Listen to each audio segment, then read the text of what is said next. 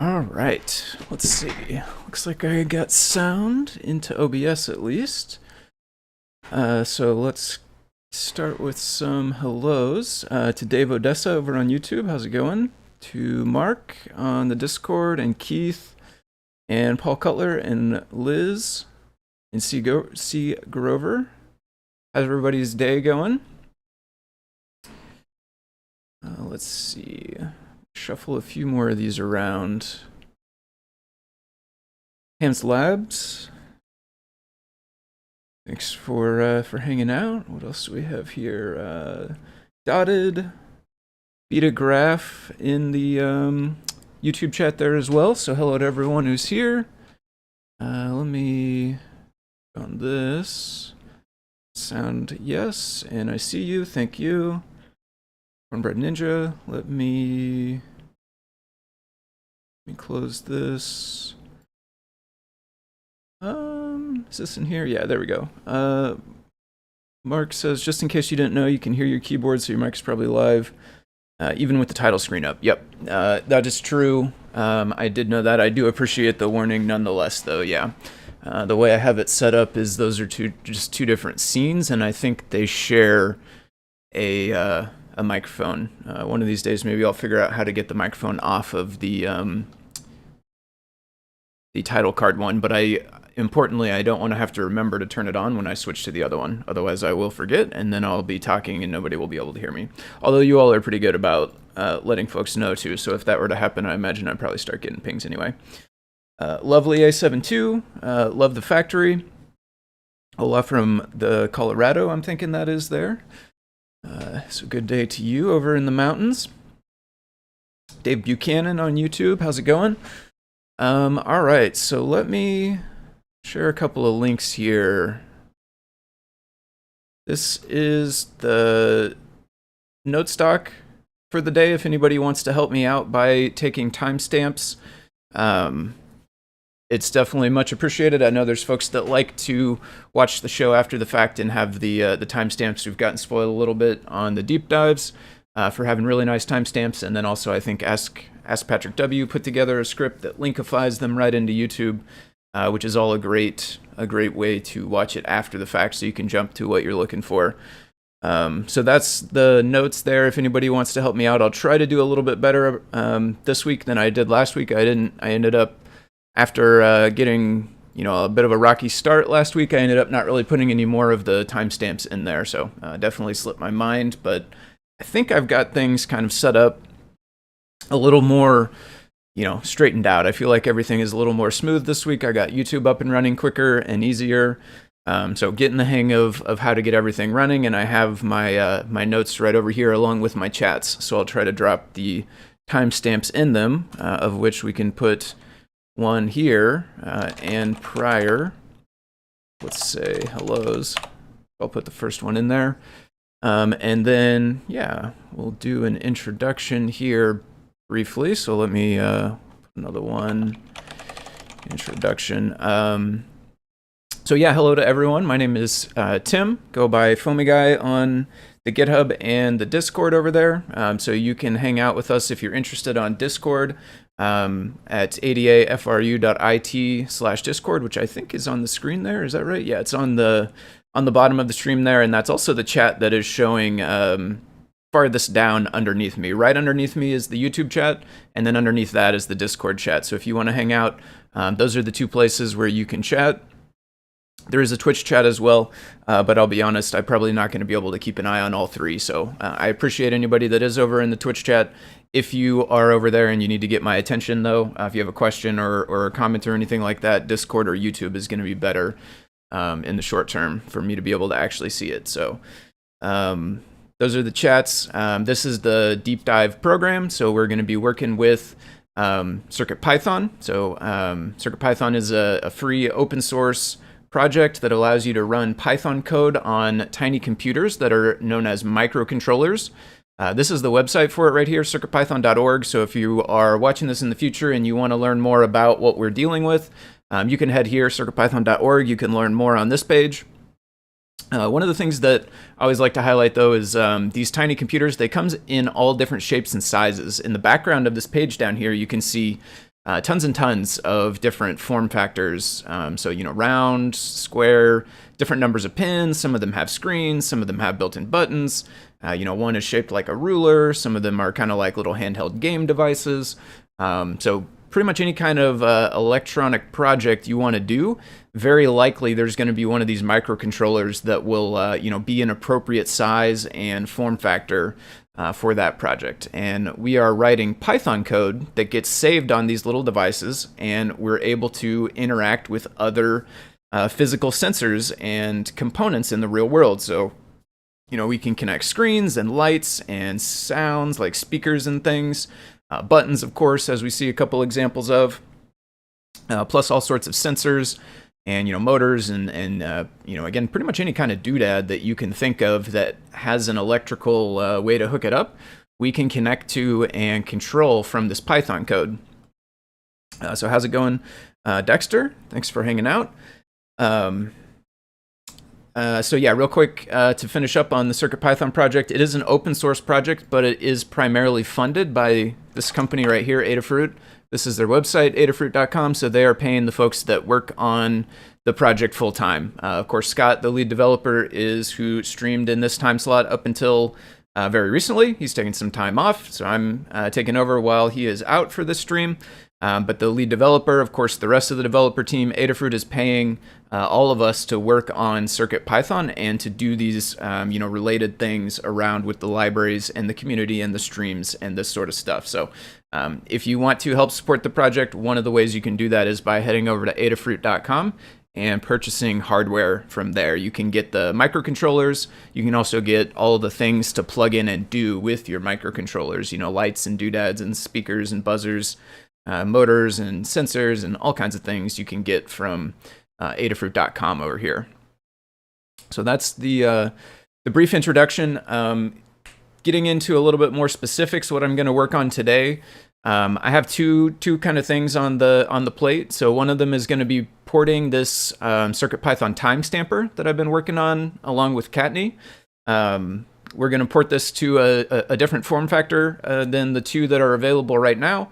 I don't think it's going to take too long, so this is kind of the first thing I want to do, and I thought it would make a good example of, just adapting a project that used to run in one environment to another environment. So we'll be making a new port of this, and then the second thing I want to get into is going to be much deeper, if you will, down into the depths of the CircuitPython ocean. We're going to be jumping into the core, looking at Vectorio, which is a way that you can draw graphics on CircuitPython displays. So I'll give, when we do switch over to that, I'll give like a brief high-level look at Vectorio. I don't know if there is any video format media out there that shows what Vectorio is and what it's all about. So I'll do a high-level introduction for folks that maybe have never seen it before. And then I have a specific new feature in mind that I'm interested in trying to implement inside of there. So that is what I will do after I introduce it. So how's it going, Thomas, there on Discord? Thanks for tuning in. Johnny, how's it going there on YouTube? Thanks for hanging out as always. It's good to see you. Okay, so the timestamper. This is where we're starting. Let me, on that note, take a timestamp. So here we go. We're working on timestamper port. Okay, so the timestamper is actually what I use to take the timestamps. It's what I intend to use to take the timestamps during this stream, and it is definitely what I use to take the timestamps during the weekly meetings, when I host the weekly meetings. So I've recently joined the rotating cast of characters to host the weekly meetings, and part of that responsibility of hosting is filling in timestamps to the note stock that we use. And I whipped up this script the first time that I hosted as a way to quickly type the timestamp without me having to actually look at the recording and see what it is and stuff like that. And so it's kind of a one button deal. Let me see. So I'll switch to the camera. I'll show you what I have right now. I don't want to mess with the main one too much, but we'll get to looking at the second device. Let me gently pick this up. So right now I have a matrix portal device, and it's running the time. So I basically clicked the green button to start the timer running at the same time that I started up the stream. And then this just slowly counts up by seconds and minutes here. And then once we get past an hour, it'll also add up to an hour, I believe, as well. That's what one of the changes in the latest version. Although I don't know actually if I put the latest version on mine, so maybe it won't. I'm not sure. And then we have the second button down here, and when I press the second button, it will paste a timestamp as whatever time is currently showing on the screen. So that's what I'm pasting into the notes. And so I made this initially on the macro pad, that one that you just saw. Kattni then came and adapted the code to run on a Feather with a NeoKey Feather wing. So this is kind of like the setup that Kattni had was, I think, a Feather RP2040 or something like that, just a basic Feather. And then this NeoKey Feather wing, which has 2 Cherry MX key sockets, and then there's NeoPixels and stuff in there as well. And basically took the same kind of idea of like one button is start, and then it starts counting, and then the other button is paste the timestamp. And then, of course, it sends it through as a keyboard, essentially, to the PC. And this is really nice because it minimizes the size of the device. Of course, a macro pad is much bigger than this little, 2x2 Feather situation here. Or even if you had a Feather with a stacking headers, then you could actually just stack the wing right on top of it, and it would be even a smaller profile with this. So this is really nice. It saves space. It doesn't really need all the rest of the buttons on the macro pad. So that part is nice. And as you can possibly guess, maybe just by looking at what's in the camera here, the thing that I intend to do is take Kattni's port and then further bring it over to specifically the Feather ESP32S2 with the TFT on it. So right now, the main difference between the 2 versions of this is the macro pad, of course, has a built-in screen, so it shows the current time on the screen. The standard Feather, RP2040, which was the one that Kattni's was based on, this does not have a screen on it, and so there is some feedback in the LEDs. They kind of fade and pulse when you're once it gets started and stuff. So there is some visual feedback still. But of course, no screen, so you can't see the actual literal time. So what we're going to do is kind of mash the two together. We're going to take the screen elements from the macro pad version, carry them over to the screen on this Feather TFT, and then we'll keep the button behavior that is in Kattni's version from the NeoKey Feather wing. If folks are interested in this project, this is the repository for it. I just put the link there in the Discord chat. Let me kill this little one box, though. This is awfully huge. Yeah, David, I do remember, actually. David made one of these for a Clue. Right around the time the Clue came out, I remember that. And yeah, I mean, I do think it is a useful thing. It is the kind of thing, though, you almost have to dedicate a device to it. Otherwise, like, if you just use it on one, a standard microcontroller that you use for everything, then, like, it may not have the code on it. You have to spend time getting ready ahead of time. So my intention is to kind of put it on this and then just keep it sort of on my desk as a one-off little device that does specifically this. Clue would be is a good form factor for it as well, though, because it has the 2 buttons and it has the screen. Although the buttons are smaller, I will say the Cherry keys are really, really convenient for just being able to reach over and hit them real fast. So this is what we're working on to start with. I'm going to jump into the code on the Feather TFT. So what is on here right now? This is, okay, yeah, this is a older sample I was working on for the NASA stuff. Or not NASA, but US government. Was it NASA? Maybe it was NASA. Yeah, it was NASA. The Webb telescope. We were working on stuff with a different certificate. That's all actually merged into the core now, I believe. So we're ready to kind of push this along a little bit further. And I worked on that code actually not too long ago. Yeah, purpose-built project especially, or exactly right, I should say, C. Grover. What is that? Love the Factory? Lofa? Looks like there. LOFA maybe? That's a neat looking board. What is that? Is it like a rotary thing on in the circle there? What does that part do? Such a fascinating fascinating design. pop this chat back up as well. King or North, how's it going there in the YouTube? Okay, so I'm just going to save this as a separate thing here. Code NASA cert test. And then we can just empty this. And let's start with, I mean, we're kind of just smashing together the two. Because the MacroPad one has the display stuff. Ah, Smart Washer. Okay. Is that a board you designed for a Smart Washer? And when you say washer, you mean like a clothes washer or something like that?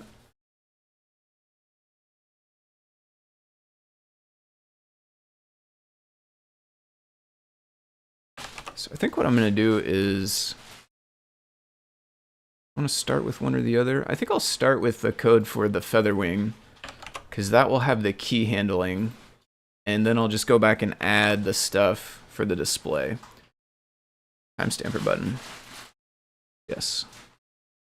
Nice. Scrap Playground. Oh, okay, I didn't see the note ahead of it. Scrap Playground. Jane Hampton, how's it going? Thanks for joining in the YouTube chat over there. Unexpected Maker. Good day to you as well. All right, so this is mostly set up. So honestly, we could probably run this one. Let me another timestamp actually coding TFT Feather version. And I'll actually kind of change this talking about timestamper. That's really more what I did. We could probably just run this on the Feather TFT and it would, I think, work as is. Let's save that. One thing I'll do is update my Feather TFT. It's on alpha something something a while back. We'll run this for now though. Module NeoPixel. Oh, I don't know if Circup.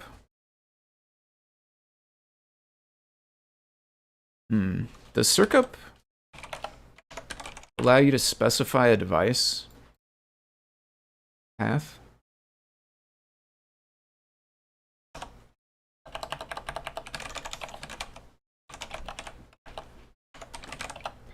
Sorry, because I have two devices. I have the actual timestamper that I'm using, hopefully throughout this broadcast, and then I have the one that I'm working on.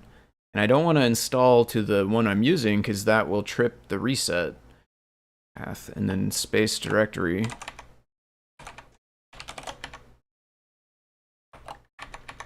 There we go. No such option.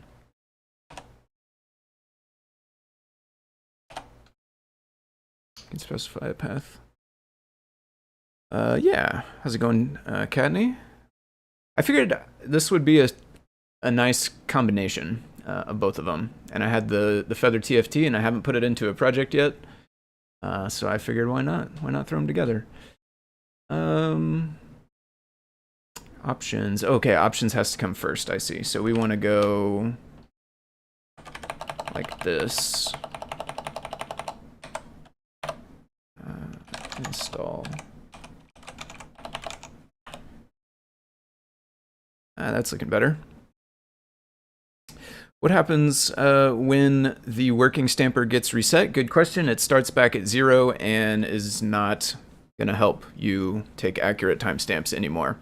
I've thought about maybe adding a feature where you can put it into like a special override mode or something, and then maybe like hold a button down in order to force it to count upwards. Or maybe you have both buttons. Maybe you can count upwards and downwards or something.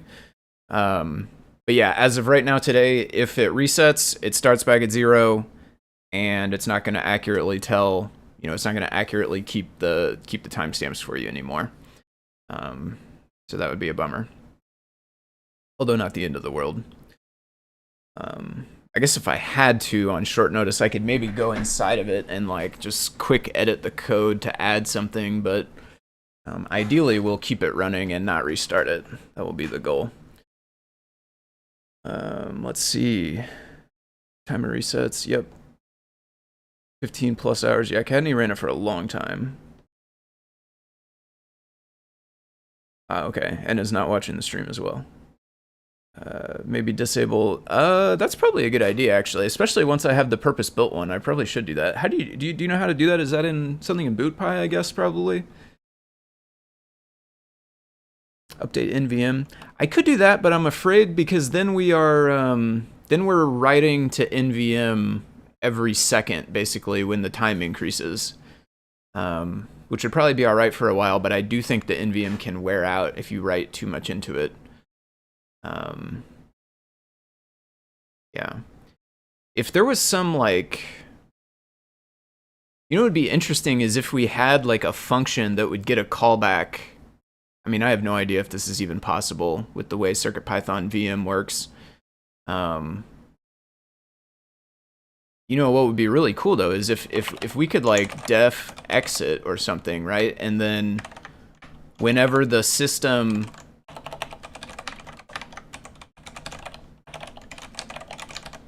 whenever the system is gonna do a reset, if it could like look for this function and call it, and then inside of here we could do our saving, then we like only save to NVM when we're about to reset, so when it's absolutely necessary. That would be kind of cool, but I have no idea if this concept is even like technologically feasible. To the SD card would work. That's definitely true.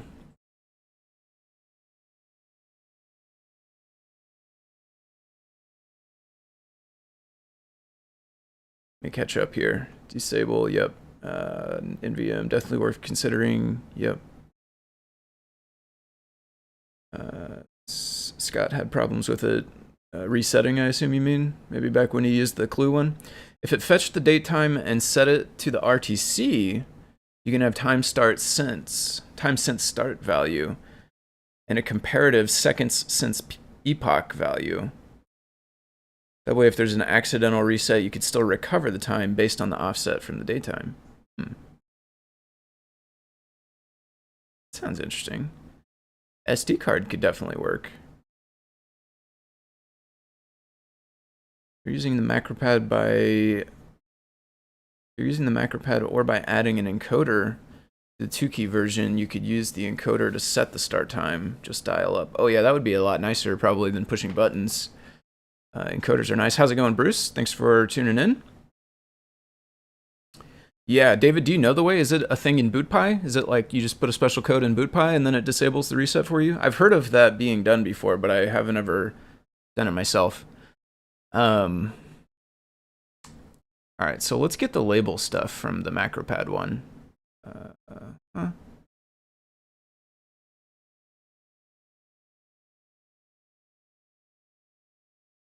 We're gonna need a couple things. Group, label, terminal IO. Those are probably the only new things we need.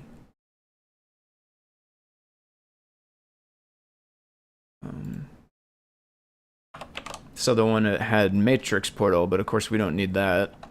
Display equals board. Display, don't remember.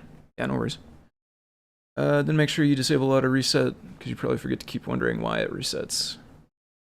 And then save my code. Yeah, that's probably true. If I did disable reset, it would definitely trick me one of these days. I would go to save something, wouldn't actually change. RTC plus save the time, then start up and verify that it is a recorded start time. RTC, I'll have to look into saving in the RTC. That sounds like a pretty nice solution as well. All right, let's jump back to here so we can, let's see, get in the display. Oh, why did I set up macropad? Oh, maybe to get buttons? Oh, and the pixels, that's true, okay. Yeah, and to get buttons as well. Okay, so we don't need that. That's all done separately now. We can, let's say, grab this stuff and main group as well. I'm gonna put one of these numbers side by side here.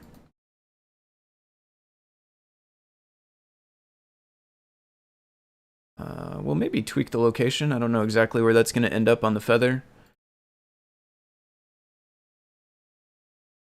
This label, we can do this as well.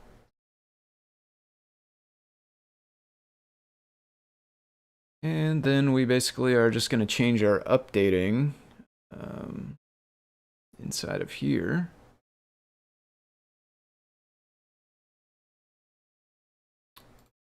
Oops. Stopped writing the comment halfway through. Update the showing time. Whoa. Supervisor.disable auto reload. Nice, and very aptly named.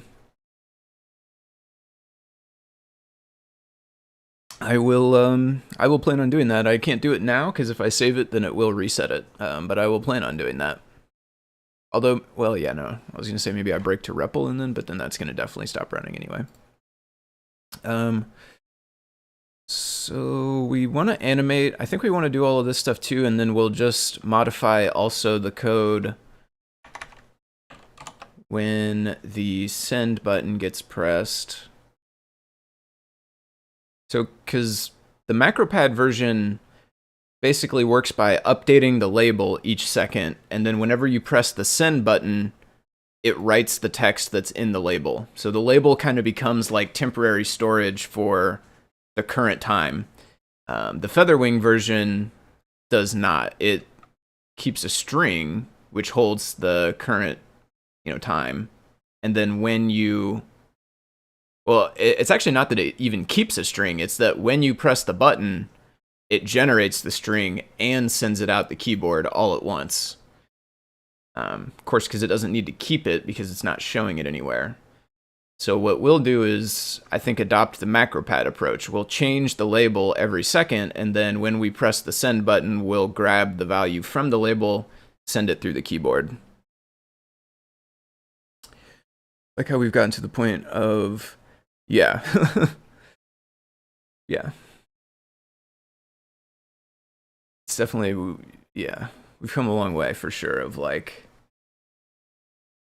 try to keep it running for as long as we can. I was surprised, honestly. Kattni kept this running for like 10 hours or 15 hours or something, so I was surprised it kept going. Eventually, we should probably switch over to ticks as well, Adafruit ticks. Right now, I think this is just time.monotonic. So it would drift. It will drift a couple of seconds after a while. The other thing we would do is if anybody ever wanted to have a 99-hour stream, this would get messed up because it does cap at 2 digits. So 99 hours, 99 minutes, 99 seconds, that's the highest amount of time. I don't know what it would do after that. It would probably wrap and start showing zeros somewhere. Or maybe keep showing 9s and not count up. I don't actually know what it would do.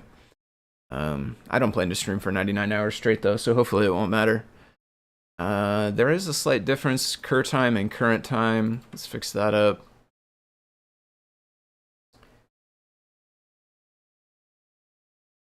Okay, so the start button is basically the same. Whenever we press the start button, we just set the start time.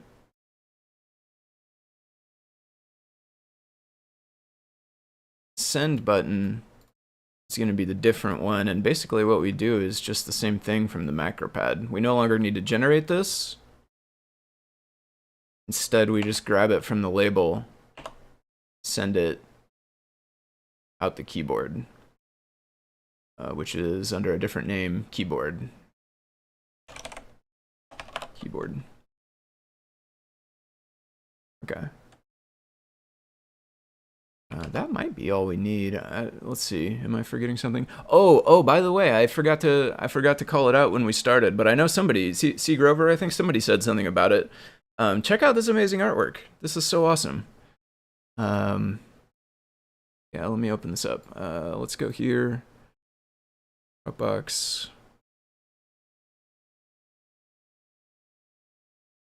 Isn't this amazing? Look at this. The new title card.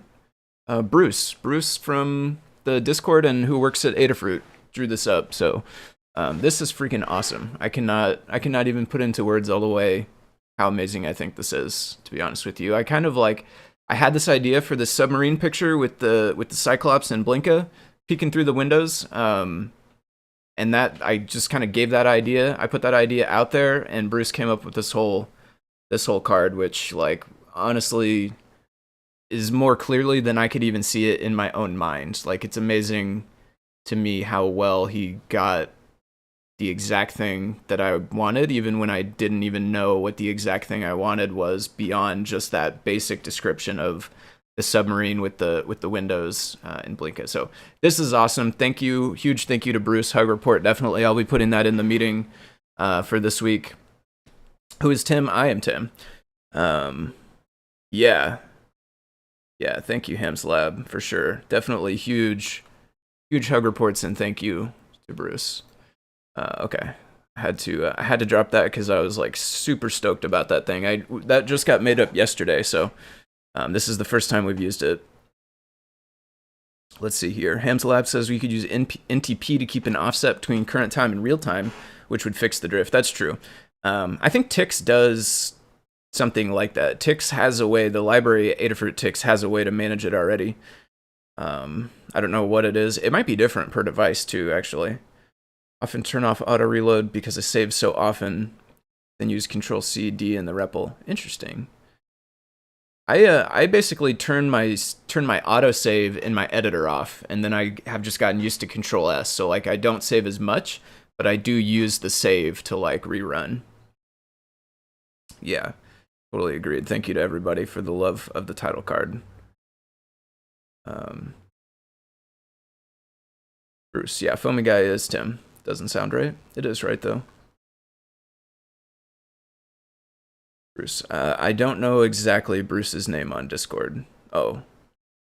Oh, it's a different Bruce. Maybe I had misunderstood which Bruce it was. I think I mentioned that Bruce was on Discord because I thought that was. But I guess I could be incorrect, actually. Maybe I had the wrong Bruce. The way that I communicated with them was through email with PT and then also through Basecamp. So I probably shouldn't have said Discord out of turn. I assumed that was the case, but it looks like I was wrong maybe. Often set the script to exit when I press the any key. Oh yeah? How do you do that one? Oh, just like input or catch keyboard exception or something? How do you do that, Dexter? Okay. Get the camera. I got excited. I was going for the camera, and I remembered suddenly the title card. That's where I was at. The camera. Okay, so we're not quite done. Maybe we didn't call display show.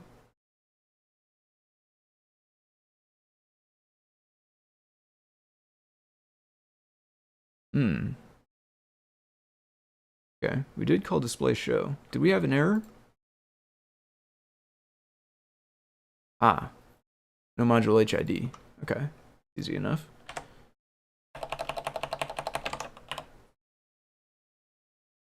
Oh, let me update my feather as well. Like it crashed again. LED animation. Yeah, let me update my feather, and then we'll keep installing libraries. Actually, I already have .org open here.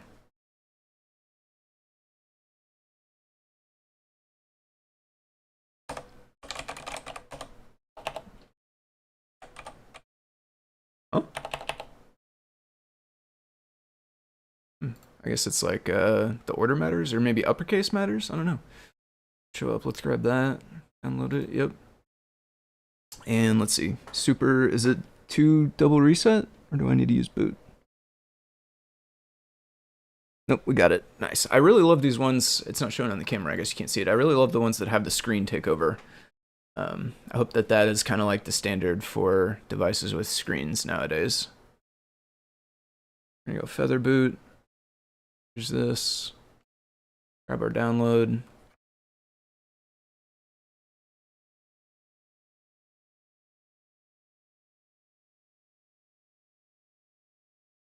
There it is. Drop that in there. Oh, okay. Runtime.serial bytes available. I have used that before. I used it for kind of like a command runner script. For some of the installs I've done at work, I did a basic app where like stuff comes in over USB serial, and the CircuitPython device like reacts to the commands that come in. So it'll say like, you know, fade the red LED up or something. A command will basically say that, and then the microcontroller will do it. And that, I think, is the check we use to know when a command has come in. Nice. I never thought about using it as a way to break out of the script though. That's a pretty clever way to use that. I like that. Thanks for sharing. All right, so we needed LED animation next, I think.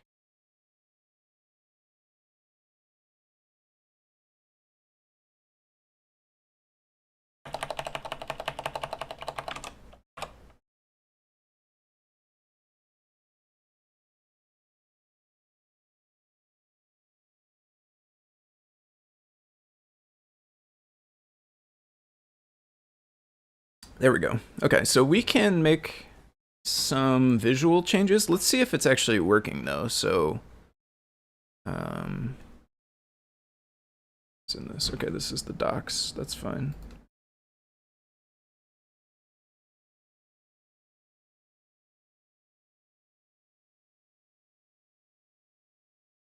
Let's make a new one of these.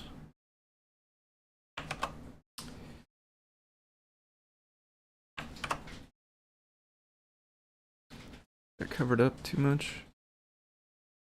Yeah, kind of. Why don't we switch them around the other way?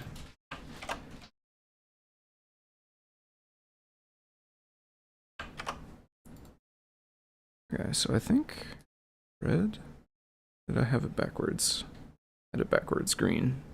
Green starts, red stamps. Like we got an error though. Something, none type float.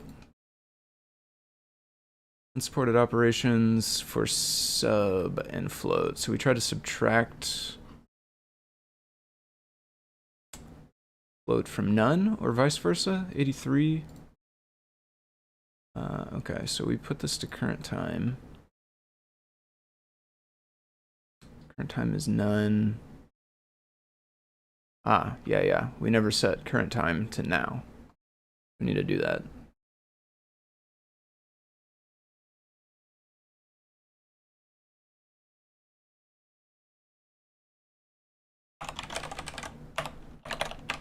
Oops.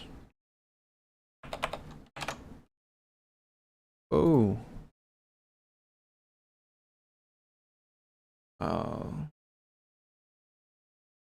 See if I get used to clicking the right one of these browsers by the end of the stream. Go for the right one. Okay. Green button to start. Counting goes. Find somewhere where you can paste. Boom. Perfect. Okay.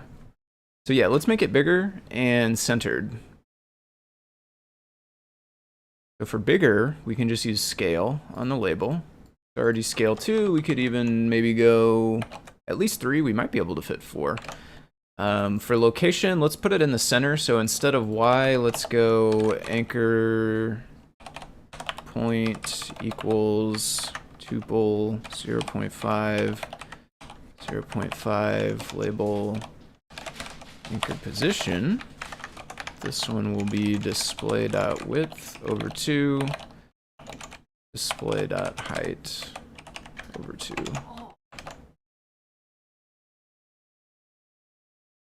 There we go. Yeah, I think we probably have room for even bumping it up by another multiple. We might as well make it as big as we can. I don't really have any plans to do anything else on the screen, so. And I don't know, we still have plenty of room when it looks like this, but I don't know, we might be getting close to out of room when it starts including the hours. Right now, we're under the first hour, so it's not actually including the hours. To be honest with you, I'm not sure the hours work on the display either. Let's see.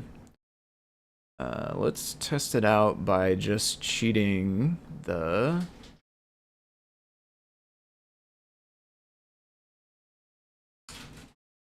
How did I do this? I think I just cheated here. Add an hour artificially. So of course we'll take this back out when we run it. I mean, when we're done. But this shows us what we can expect when we have the hours in there. It's looking pretty good. I feel like it's no longer centered.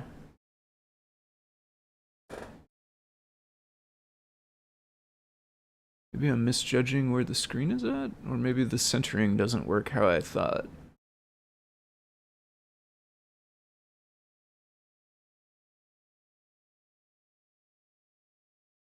It's almost like it's centered based on this width, but then never centered again when it went up to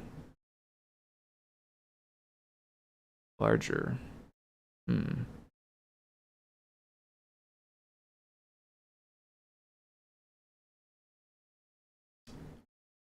This is not the solution, but this will tell me if that's actually what happened, is that just having the hours is what's making it off-center. Because if it's centered when we do it this way, no.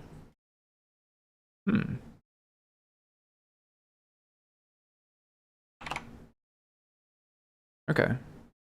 I'm not sure why it doesn't center. It's pretty close. Maybe I'm just misjudging the size of the screen? Whoa, hey! Who? Did you do that? No. Something else. Buddy. Cat's hissing at something outside. The Amazon van. Natural cat predator. Is there a way to manage CircuitPython library boards in VS Code like Circuit does? I don't have much experience with VS Code. I think there is a plugin for VS Code that's made for working with CircuitPython stuff. I do not know what that plugin offers, whether library management is one of the things or not. If it were me, I mean, the way I manage it, you can see in PyCharm, is I basically just use the terminal. Instead of like having PyCharm be aware of, you know, libraries and stuff like that, instead it has a terminal inside of it and it has tabs, so I can have as many terminal tabs as I want, and I just use Circup from inside there. How's it going, Scott? Let me catch up a little bit too on the YouTube chat. Time to think of it, write some paper. Yeah, ignore Cura. Cura does have a weird interaction with CircuitPython, doesn't it? I remember discovering that at work. We had a lulzbot that used lulzbot Cura. One day we tried to use it to load CircuitPython devices or something, and everything was behaving all weird.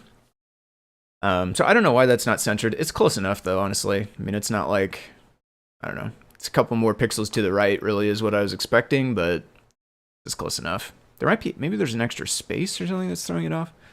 I don't know. It's not too big of a deal, though, because it is all on the screen, and we're never gonna, I don't anticipate, at least, we would ever add another digit anywhere, so we should always be on the screen when it's this size. We don't need to make it smaller in order to make room, so we'll leave it like this. Let me take out my little cheater hour that I put in to test it. Here, nope. Where was it? Right here. Just back from lunch, nice. Get some yummy lunch down. All right. So yeah, I think we're pretty much there, right? If I double check it again. So to start with, we have no fading. We just have both lights on. We press the start button, which is teal. That begins the fading, and it also begins the count up. And we can paste with the red button, and it pastes the current value. So we're looking good. So I think we are good here. You know, I was thinking this was going to be fairly... Hey, buddy, come on. I was thinking this was going to be fairly easy. I may have to step away for just a minute to break up a cat fight. We'll see. Hopefully cats are going to behave themselves. If not, then I'll be right back. Let me put this, I think, in a new file inside of the timestamper repo.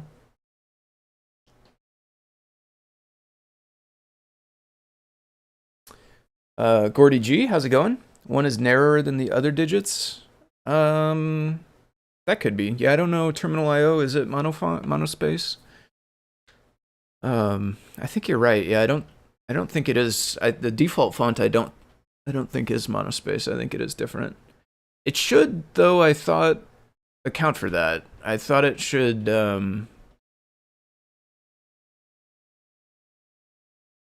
I thought the way the anchored point and anchor position worked allowed it to count for that.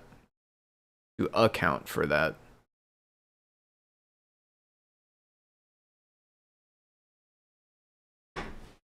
One second.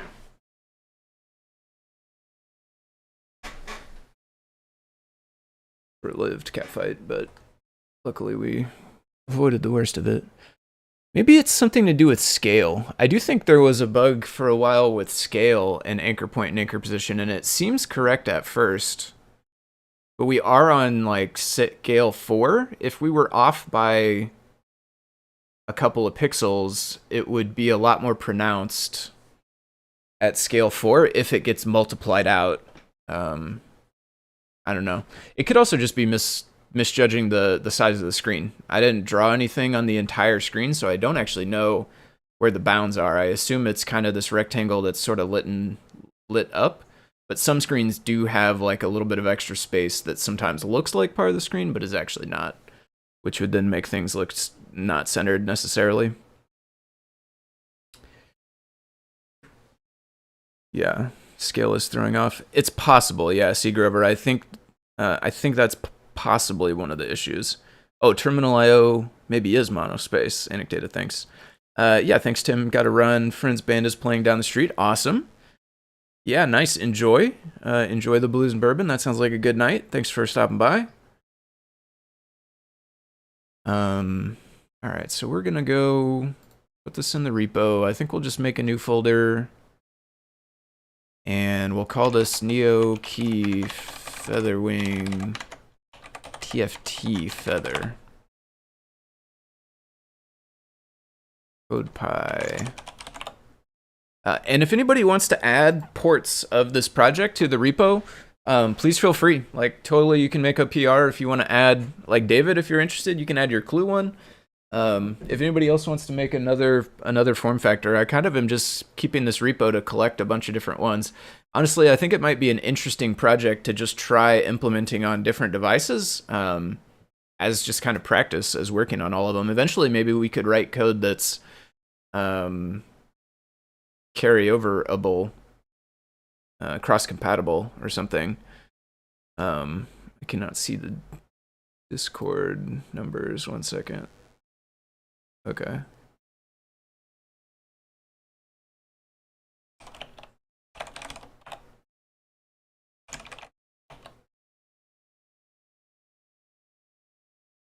Wio Terminal. Yeah, that's a good one. Just started looking at it. Yeah, that'd be awesome. That one's cool because it has, I think, that little joystick thing. I think the button is like a joystick, which is interesting.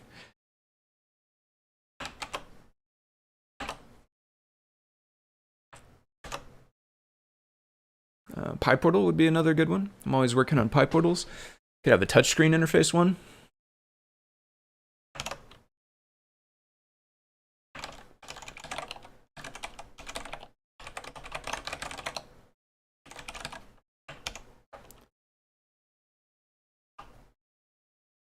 All right. Circup non sequitur. When is a good time to ask? Anytime. Yeah, throw out your questions anytime. Or I guess if you're trying to ask Scott specifically, maybe that's up to him. If you're trying to ask me, or either way, I'll do my best to answer if I can. I would say throw out questions anytime. I will do my best to keep an eye on the chats and answer what I can. I'm liking the S3 box now too. Let's see, what did I miss here? Oh, S3 box. Maybe that's the new S3 device, the one with the screen. I think that K-Match has been working on, maybe.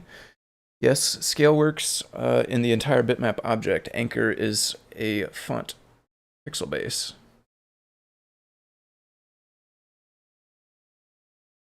All right, so Vector IO, this is the next thing. We got this knocked out. That's awesome. We can close this. We can close this. I'll keep my device window because I'm going to keep working on one of these. I may run and grab a PyPortal, actually. I didn't get the PyPortal before I started. Maybe I'll grab that. For now, I guess let's just stay on I might as well just stay on the Feather TFT for a bit, and then we'll switch to the PyPortal if we need to. Okay, so Vectorio. Let me make a new timestamp. Vectorio intro. Vectorio.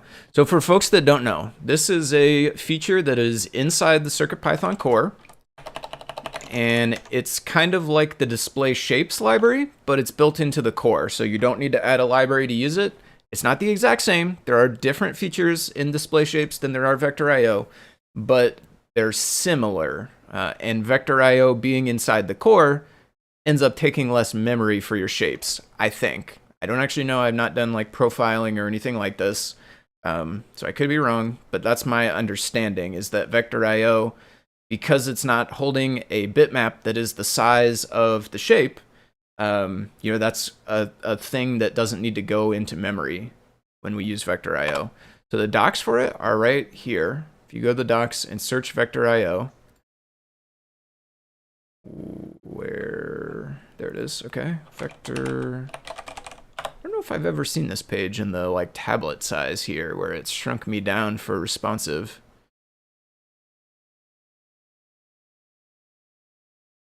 Yep. Oh, okay. Oh, I do remember seeing this one, actually. Let me pull this up over here. Yeah, I should pick up one of these. This does seem like a nice device. Are those cameras on the front? What are those? Maybe. Or like maybe it's light sensor or something. I like its little stand, too. Where do I go next? Look down here. Okay. Oh, interesting. Oh, okay, so the board... Is it 2 parts?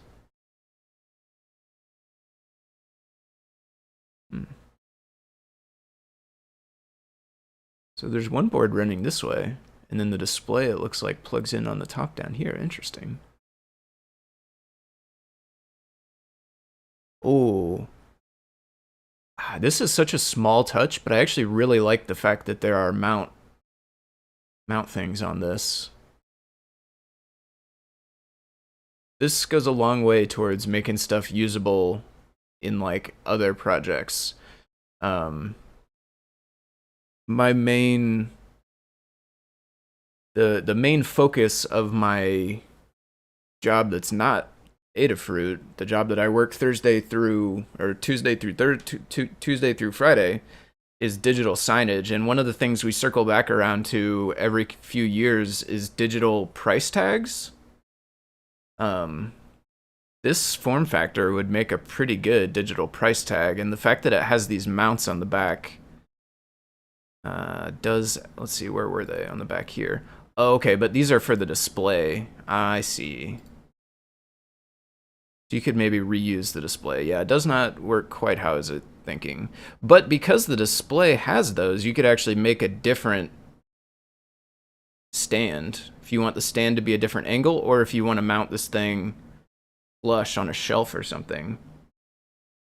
Interesting device. I should pick up one of these. Okay. Yeah, I didn't take a timestamp for our detour. Let me check back to the chat as well. Gordy G.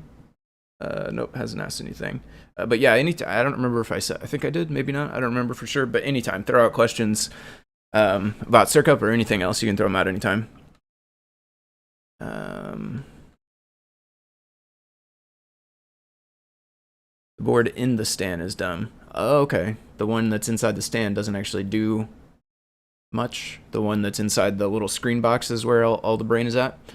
Okay, so Vectorio, there's some basic examples here, and I have started working on a few other examples that are, I think, over in the CircuitPython org, but I will say there's not a ton of examples for Vectorio. So one of the things that's on my sort of like mental list of things I am going to do at some point is like more Vectorio examples. I figured it would be good to do a basic overview of what Vectorio is and how you can use it.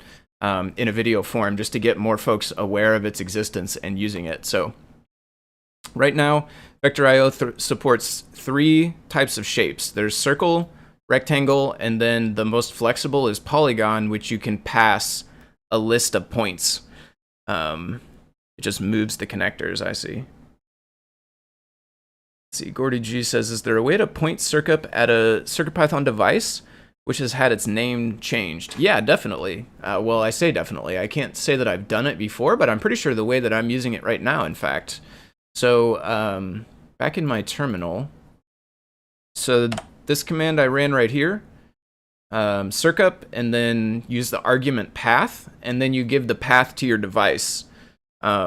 So you should be able to find your device no matter what its name is. If you left the name by default, then it will be CircuitPy if you just have a single one, or it just starts counting up if you have multiples. But whatever the name is, even if you renamed it something custom, you should still be able to put the path to it. So if you're on Linux or maybe Mac, your path will look something like this: media, username, and then whatever the name of your device is.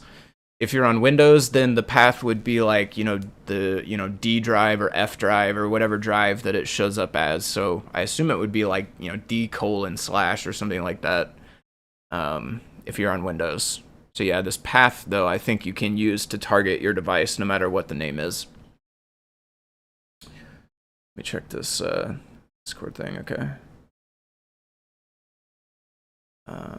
All right, so Vectorio gives us the ability to draw these basic shapes: circle, rectangle, and polygon, and then add them to the display and use them just like any other display IO object. So I'm gonna copy paste this. We're gonna do some basic, like, what is Vectorio, how do you use it type thing, and then I'm gonna dive into the core code on it. So this is timestamper, TFT Feather, Mint.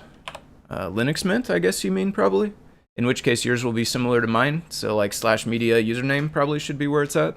Although I haven't used Mint specifically for a while. I don't know. I assume it's probably the same, but I'm not positive. All right, code. We'll delete that. Yeah, for sure. Save this. And so the examples here.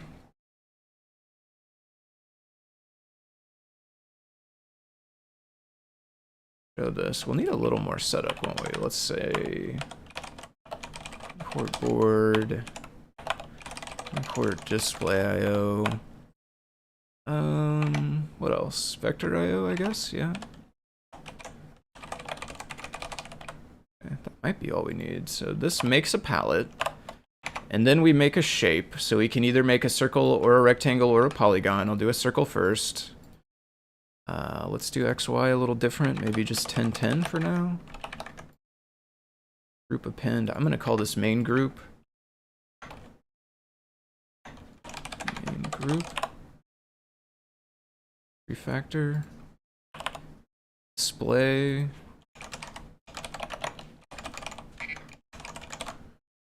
Debian, similar to Ubuntu. Yeah, okay. My OS is based on Ubuntu as well, so I would think it'll be the same for you. /media username and then whatever. So there's our display. We have a group. We added the circle to the group. So display, whoops, display.show main group, and then just while true. Yes. That might be all we need. Let's see. So one thing I'll do is why don't I take the feather wing off? That way we don't have the bright lights and the keys getting in the way here.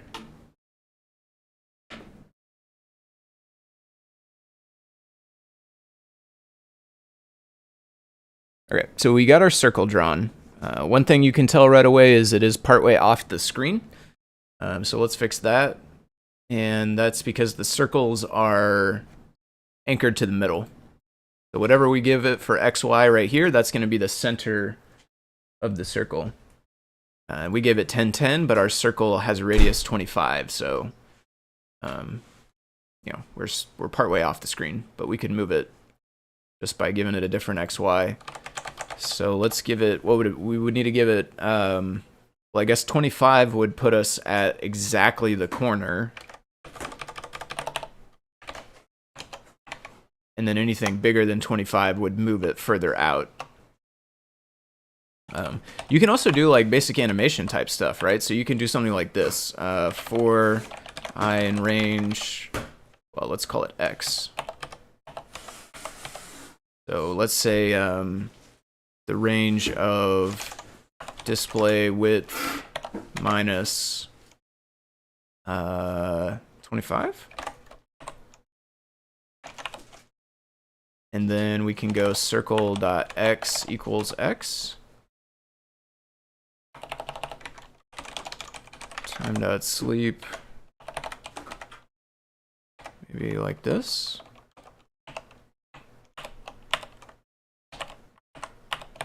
And then go back the other way for x in range. We're going to count down this time. So this, comma -1. No, comma 0, comma -1. But then the same stuff. So this will make the circle go back and forth. A little bit slower than I want, really, though. Let's speed it up some. There we go. So my my left side is not quite right. It's bouncing off the left edge. I guess because I'm not stopping at 0. I shouldn't be. This should be 25.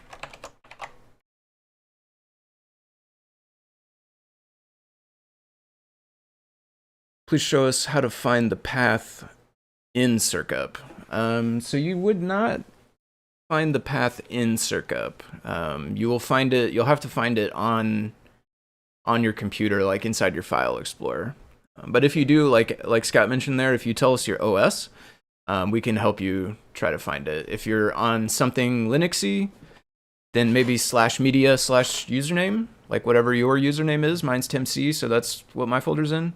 If you're on Windows, then it should be just a drive letter, like F or G or whatever. I don't know, we're still going a little bit. Oh, because we're starting at 0. Yeah, this starts at 0. So I guess we would want 25 here, and then count up to that.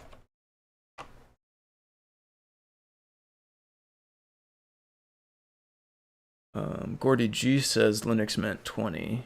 I think Scott was asking Axel, though. Axel was asking about where to find it. Are you having trouble to find it too, Gordy? Or were you able to find yours? All right, so yeah, we got a basic circle. It's bouncing back and forth. This is pretty cool. You could see, you know, like the beginnings of Pong here. If you wanted to implement a Pong game, you could do it using Vectorio. With the ball bouncing back and forth, and then we could add a couple rectangles for paddles. We probably would make the ball smaller if we're going to be on a screen this size. And then, of course, you know, we'd need a way to control the paddles and all that stuff. But that's the basic circle. To make a rectangle, it's pretty much the same stuff.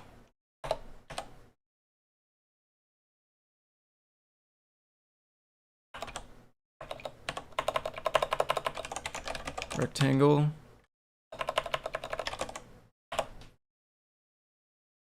Doesn't get a radius, but instead it gets probably a width and a height, I'm guessing. I don't remember off the top of my head, though, so let's take a look. Yep, width and height. And then X and Y, which we already have. So for width and height, let's do 50, because that will match our circle.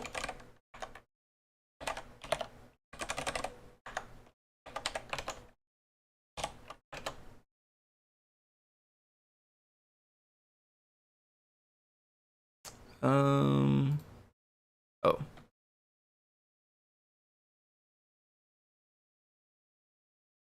I'll just change all those real quick. There we go. Now we have a rectangle instead of a circle. Although the rectangle is anchored differently. The rectangle is anchored at 0, 0 in the top left corner, whereas the circle is anchored in the middle. So we'd actually have to do a little more math if we wanted it to bounce on the edge like the circle was. Gordy G found yours. Missed the @ no worries. Good afternoon, Tim and all present. Yeah, how's it going, Paul? Thanks for tuning in on the YouTube over there. All right, so this is kind of how you can draw stuff basically with Vectorio. The circle, or rather the color I should say, is controlled by the palette. And the color of things is what I'm interested in tinkering with. So what I'm gonna do is first start by trying to make sure I understand how Vectorio code works. And we're gonna open up CircuitPython.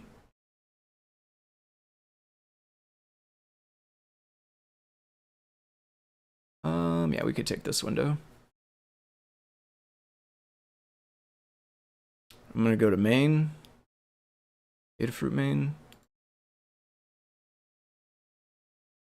full. Yep.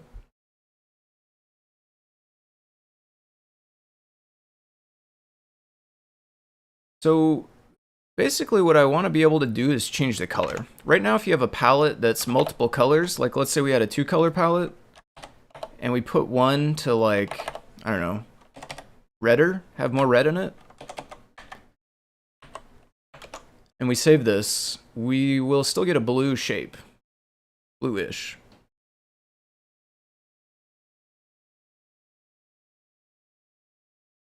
Doesn't change the color to red. And so right now, like, the Vectorio shapes, they all take the 0th index color. They take the, the first color that's in the palette, and that's the color that the shape ends up being. But we do pass it the entire... Did I just change that around?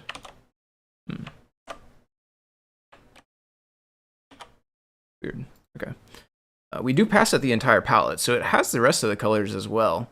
We just need to tell it to use a different index. So I think what I want to be able to do is, like, when you create the shape here, I think I want to be able to go like palette index or something like this, and you could give it 1, and then it would end up using this color because that matches the 1 index we passed it there. Of course, right now this doesn't do anything, probably crashes because we gave it a an argument that it doesn't know about. But that's what I would like to do ultimately, is have the way where the user can set the index in here, and then it will reference that color from the palette.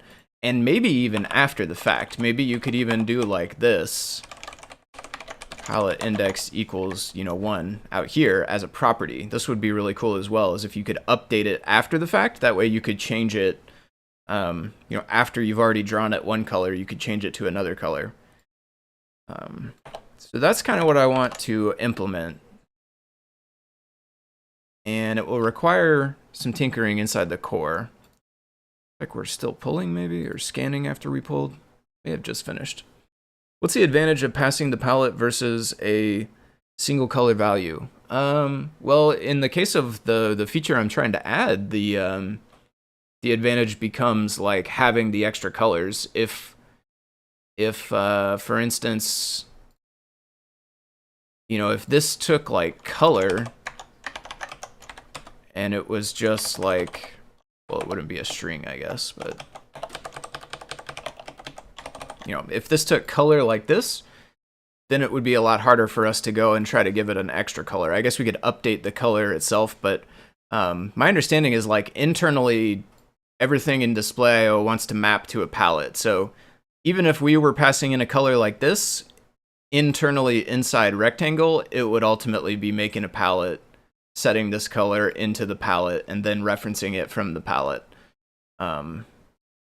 So, maybe there's a case to be made it's simpler if we just pass in a single color instead of the full palette, but I think that's the reason why, is just a palette's going to get used no matter what. And when I think maybe Kenny is the person's name, I'm not 100% positive, so I should use their handle, which I do know, which is Warrior of Wire, is the name of the person on Discord that made Vectorio. And so, yeah, my guess is they just kind of chose to do the palette. I don't know necessarily the full rationale behind it. Hopefully this is enough, I think, to be able to see the, yeah, see the end of the line there. I had it covered up by the YouTube chat before.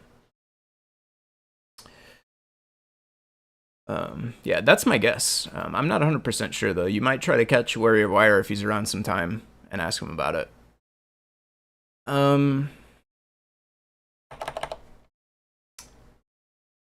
So jumping into the core, I think we want to change this in third module. So the first thing I'm going to do is do a test and see if I actually understand how this code works inside. So like, let's go to rectangle. And I think that here, where this is returning 1, if it returned 2 instead, then I think it would use the second thing in our palette, which of course has the index 1, but there's a minus 1 that's happening later to get it, you know, back to 0 based. So first thing I need to do is just make sure I actually understand how this works, because this is my understanding now, is that changing this to 2 here will make us use the second color in the palette. But I don't know it for a fact, so we gotta try it out.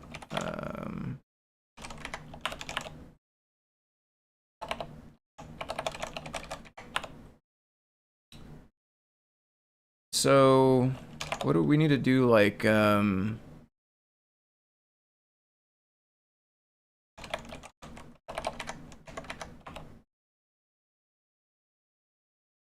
export?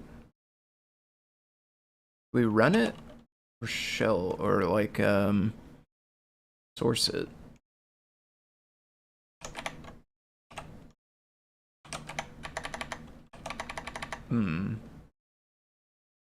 Why does that not want to autocomplete?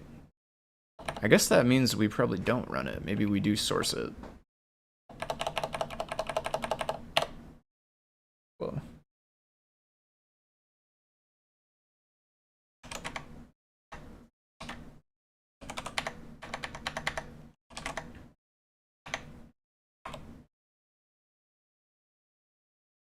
Yeah, it looks like probably source is what we need. So now, back to this. I think this is our device.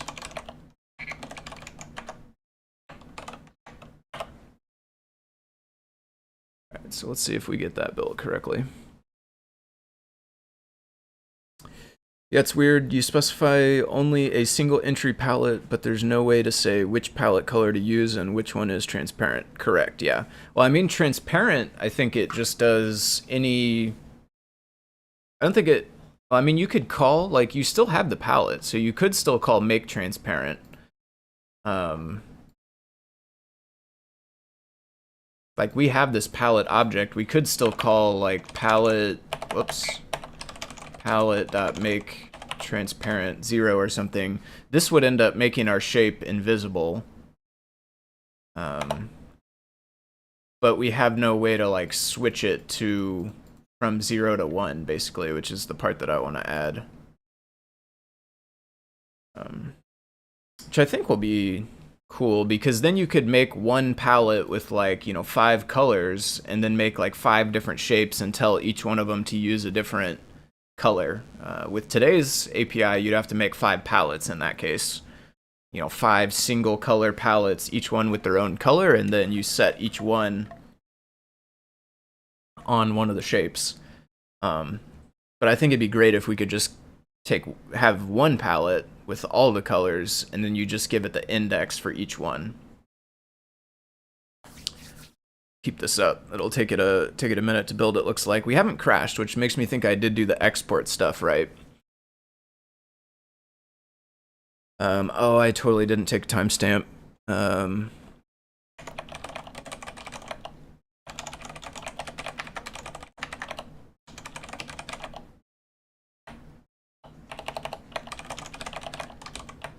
Let's say discussing proposed changes, working on Vectorio changes. Okay. And I'll mention again, if anybody is interested in helping in the chat, not the chat, excuse me, the document, the notes doc, if anybody's interested in helping us do timestamps, definitely appreciated. If not, though, no worries either. Oh, let me also show you this while we're waiting. Oh, okay, we got the build. Actually, I'll show you after. I'll show you when we make the next build. So we got a firmware. I'm gonna reboot to bootloader.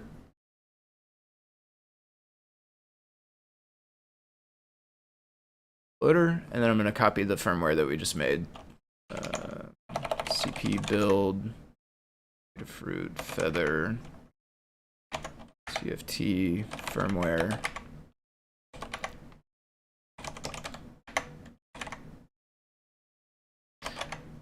This.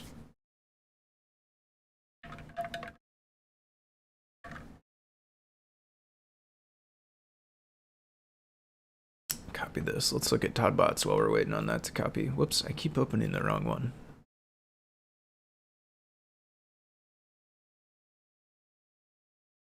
Nice. Vectorio ball.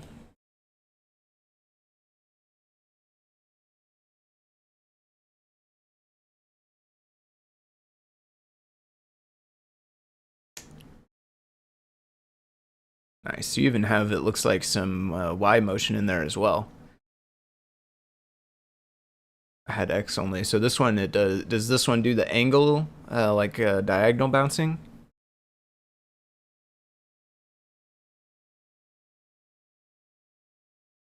Be cool to figure out a way to have OBS show the time on the stream.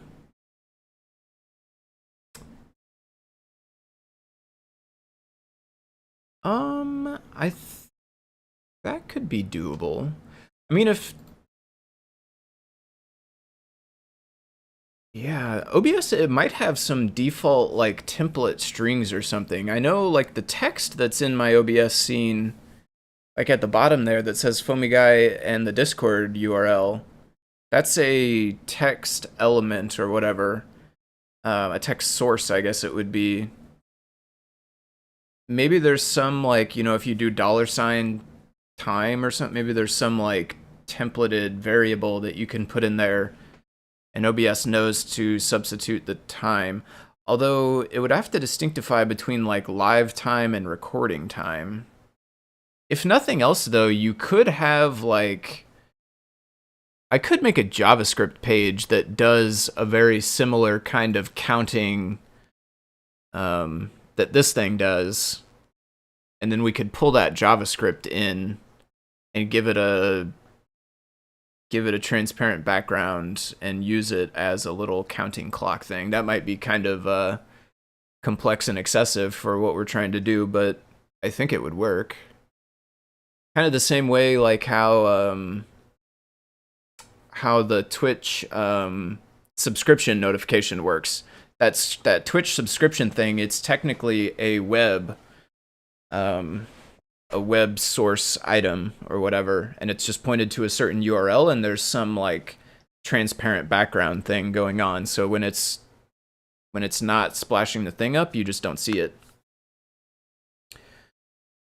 If you set a timer on the desktop, you can use OBS to add source in a small box. Oh, that's true too. Yeah, if you just run a timer, yeah, duh, that'd be super easy. Yeah, if you run any kind of timer, you can just feed it in, not as text, but as a window source or whatever. That's a good point as well. To Keith, yeah, and yeah, Dexter noticed as well. The box is pink. It's a little tough, maybe it's a little washed out, I should say, coming through the thing here. I don't know, somewhere I have.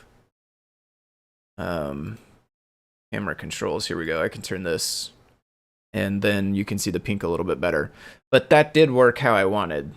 So we now are, instead of using the 0th index, we're now using the 1 index, which is this color. So if we wanted it to be like green instead, we could give it a bigger color for green, lower color for red, save it, and now this box will be greenish instead of red or bluish. So happy St. Patrick's Day box is what we got here. A day late, but still green. So that does work how I thought. So now really all we need to do is make a new argument on the constructor, make a new variable like internally on the object that stores the value that was passed in on the argument, and then whenever we get to right here, instead of just returning a hard-coded number, we return the variable from our object that we set in the constructor. So all of that sounds fairly straightforward, and I guess it probably is fairly straightforward, but I will say, like, I don't have a lot of experience with it, so it may take me a bit, and you'll have to bear with me a bit, but it'll be a learning experience for all of us, potentially. So first, let's look. Is there anything in here that we need to mess with? No, doesn't look like it. So shared bindings we probably want to go to, because we're going to add a new argument.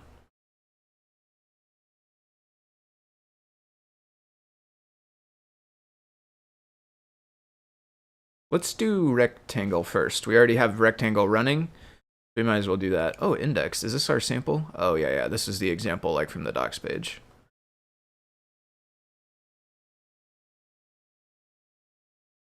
Oh, this is polygon. Let me get rectangle. Whoops. Okay, so it's been a little bit since I have dug into the core. So the things we need to do are on the constructor.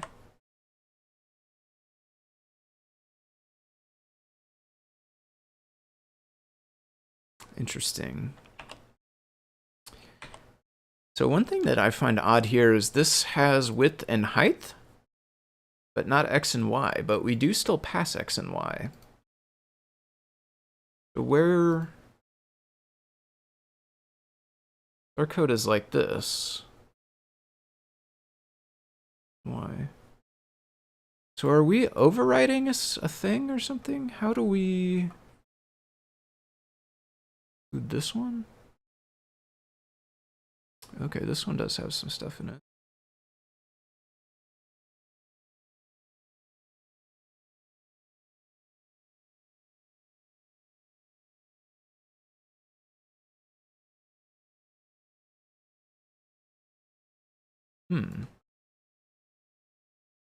Draw protocol. Don't see any kind of X or Y or anything though. Be in here? Globals table.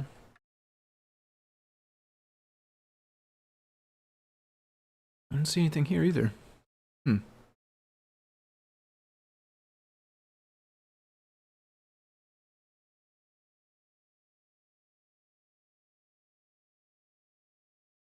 Does include vector shape. Does that come from vector shape?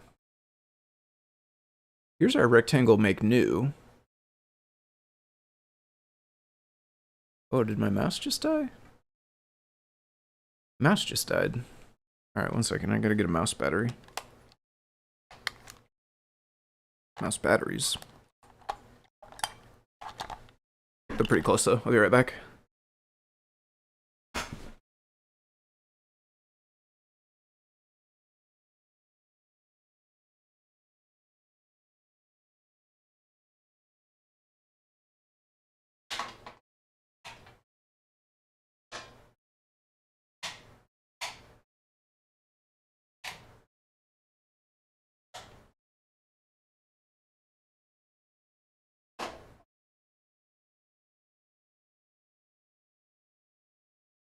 All right.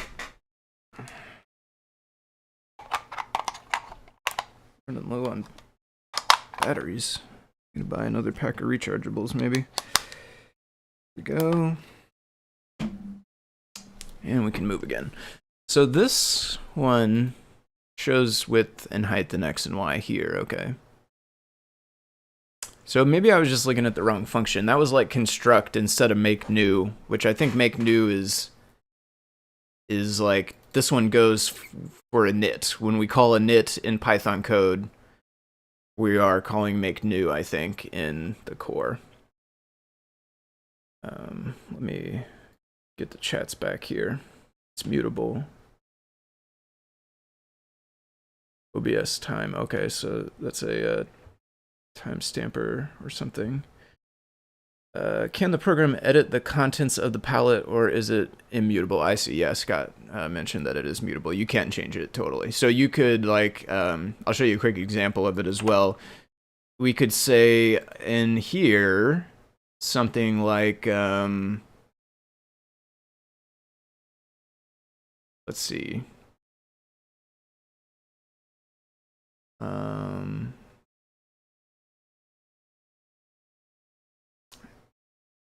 We could say, like, whenever we're going towards the right, we want it to be blue. So palette 0 equals bluish, 0x, just something bluish. And then down here, we could say we want it to be green when it's going back the other way. So palette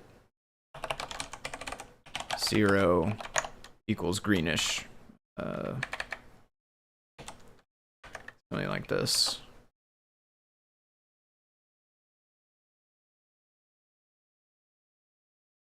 No, I have done something wrong because it is staying green the whole time. What did I do wrong?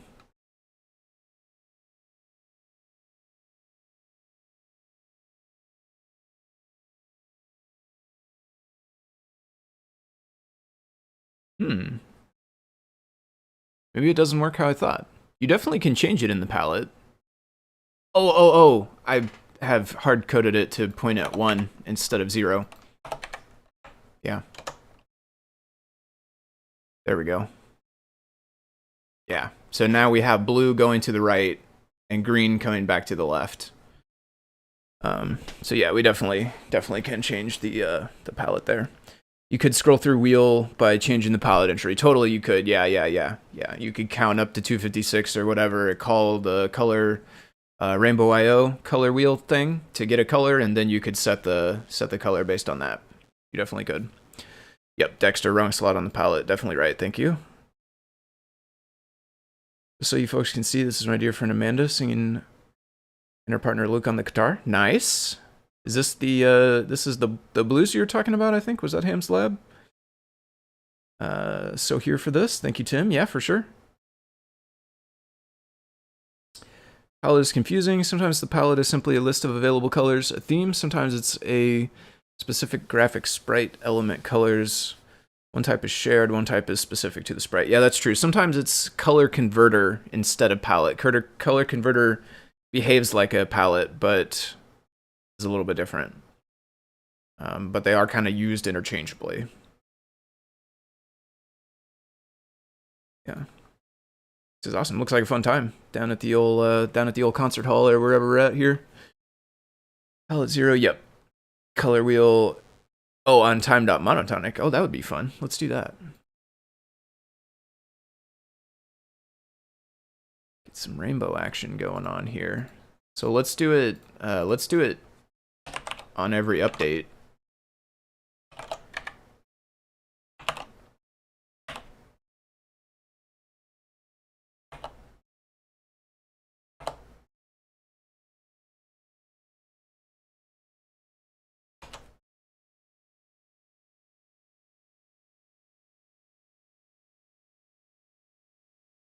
There we go. That's pretty slick. Yeah, Color IO wheel. There's so many things you can get colors for that I don't think of, like LEDs. Whenever I think Color IO, or well, it's not Color IO, it's Rainbow IO, but whenever I think of this color wheel thing, I think of LEDs. But the truth is, we can actually use it for quite a bit on display stuff too. Now we have like this rainbow chameleon box bouncing around, which is pretty sweet. We could turn it into the DVD logo, and then we could DVD logo bounce it around. That would be fun. I guess if we wanted to use Vector IO though, we'd be using Polygon, and we would have a ton of points in order to try to make text.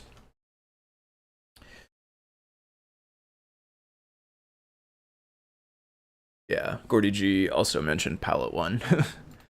I switched to the hard-coded there, and then I got tripped up by using 0. Okay, let's head back to our core code.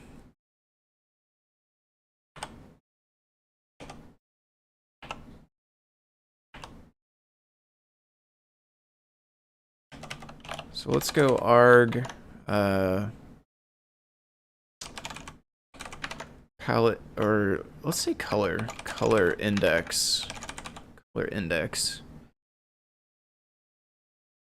This is a int, I guess it is. I'm not actually sure, though. Where else would we take a color?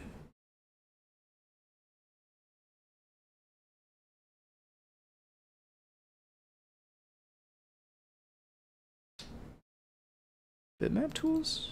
Well, no, this takes ints. Oh, well, yeah, it's not going to be an int, though. It's going to be a color. It's because it's an index, not actually a color. It's the index in the palette. The palette holds the color. So, yeah, we'll just be an int.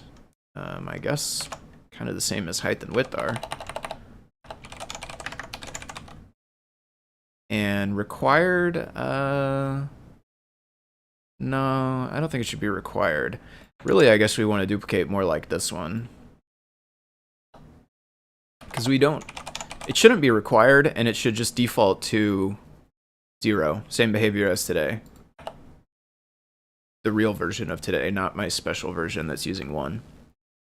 Yes. Yeah, there is a deep divers role, I think. I don't think I have the ability to ping it. Unless anything changed. It has a space in it. It's weird. It's a little bit different than the rest of the roles.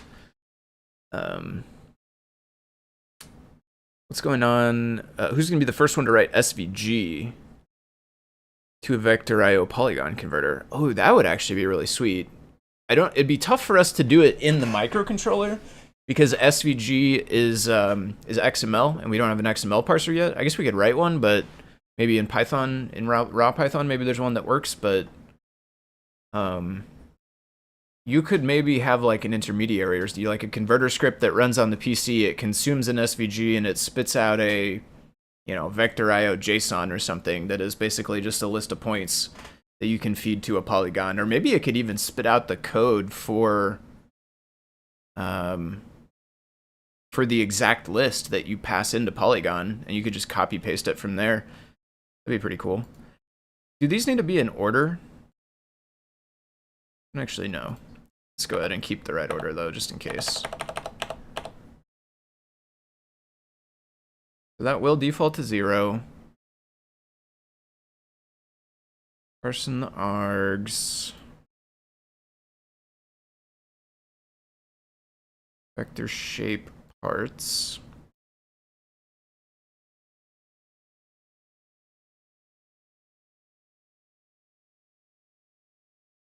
Okay, so I think we would do kind of the same thing here. Color index. Color index u int. Then we would be passing that along here.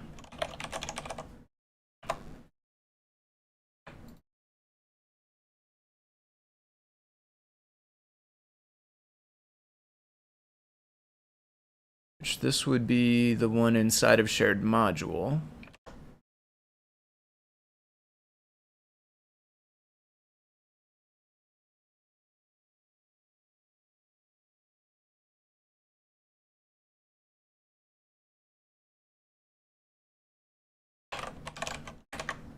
Ooh, maybe not. Not called make new? Vectorio vector shape make new.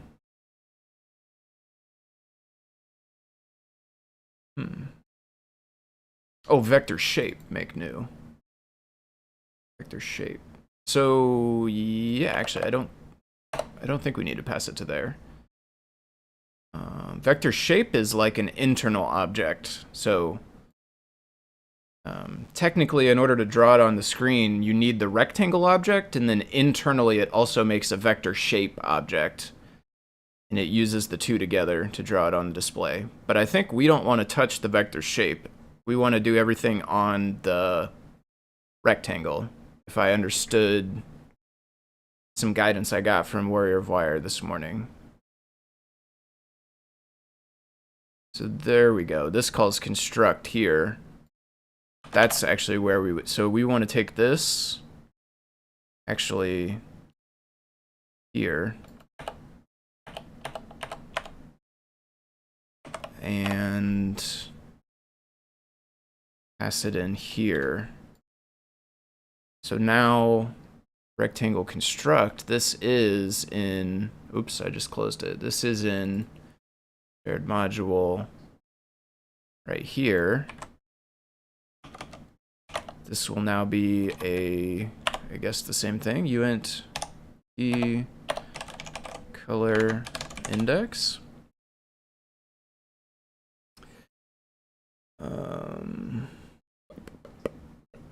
Order has to just match the enum on the top, I think. Okay, talking about the order of the arguments. Yeah, it spits out CircuitPython code that runs on the PC. Yeah, I think that'd be awesome to run it on the PC, consume an SVG, and then make a Vectorio object. That'd be sweet. I am definitely down for that. So this, I think we do something like this now. Self, we're basically going to make a new variable on the object. Okay, and then here we go self and access it. Color index. Okay, so I am almost positive there will be some reason why I've done this wrong. Either it doesn't build or it doesn't work or something, but let's give it a try. This might be interesting for someone in the future. There's a very cool vector image format, vector image format that is used for storing icons on the Haiku OS. Interesting. Take a look at that. I have another nifty thing to show as well. I'll do while we're waiting on this build. Haiku vector icon format. Oh wow. Small as heck, isn't it?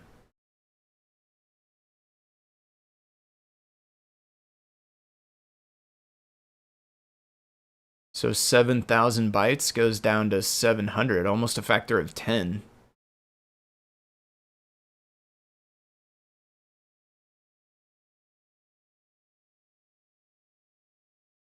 Iconomatic.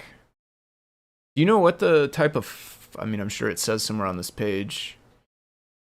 Oh, okay, it looks like binary data in the file. The file is not like text readable, is it? It's not like XML or JSON or anything. It must not be, right? Otherwise it couldn't be so small.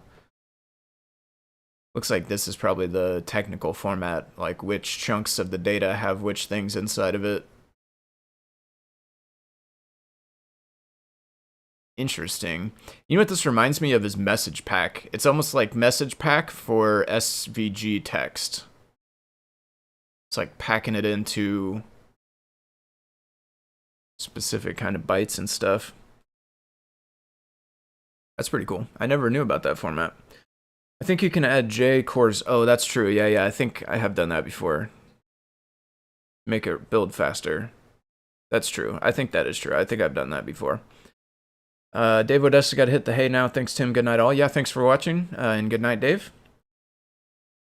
Axel says, my Titano doesn't like button 163, says incompatible 723. Can I use Circup to downgrade a version of a module? I don't think you can use Circup to downgrade. Well, let me actually clarify. I think you can use Circup to install. Am I thinking of Circup? No. I'm thinking of totally something different. Yeah. No. I think Circup always installs the latest released version. I don't think that Circup, to the best of my knowledge, it doesn't have a way to install anything other than the latest release version. So if you want to install an older one, I think you'll have to grab it from the GitHub assets, like in the release. Okay, yeah, we did crash here. So let's see. Too many arguments. So yeah, probably we need to fix that in H also. Ooh, nope.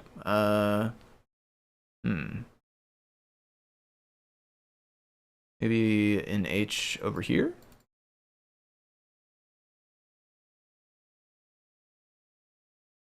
Yes.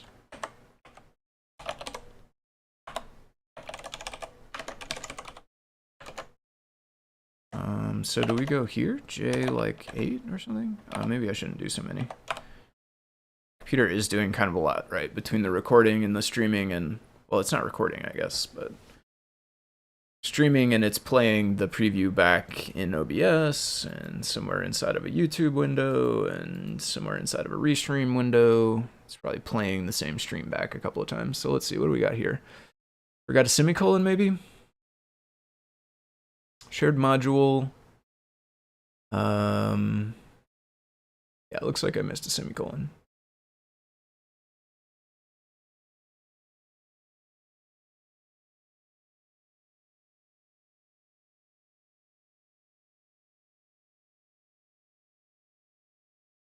Yep.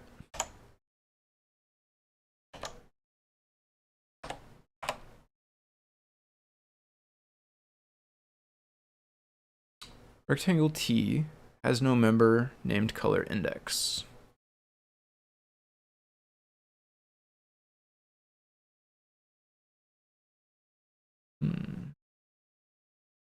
How do we make it so it does? Maybe that's where we need to change something in H?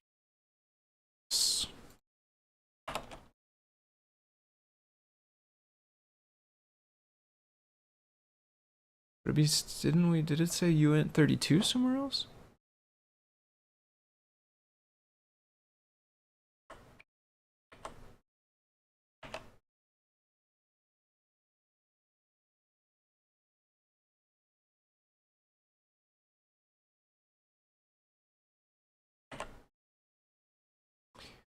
uint32. You know what's interesting though? This says uint32 for width and height.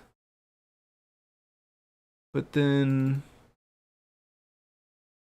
here it says uint16 for width and height.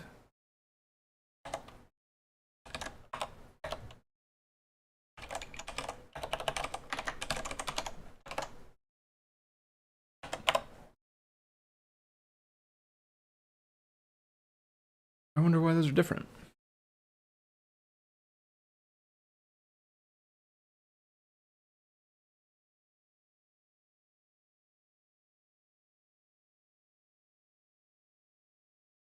It has not crashed as fast, so maybe we're finally through the syntax errors.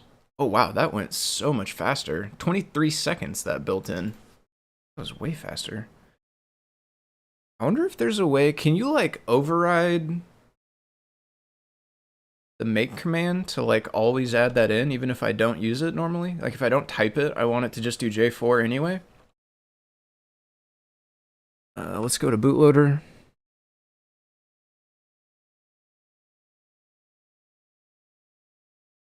The other thing, of course, like I'll put this in the doc string as well. Right now we've done the code, but not the doc string.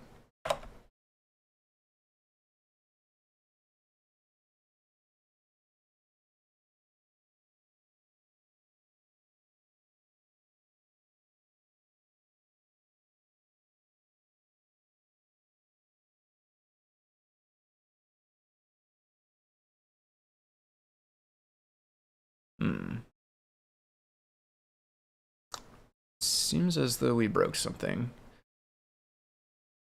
Because now we have no box.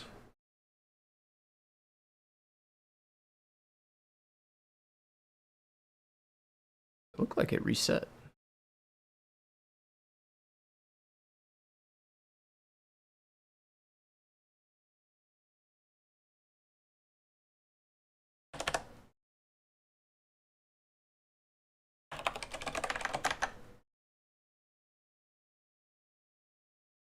Oh.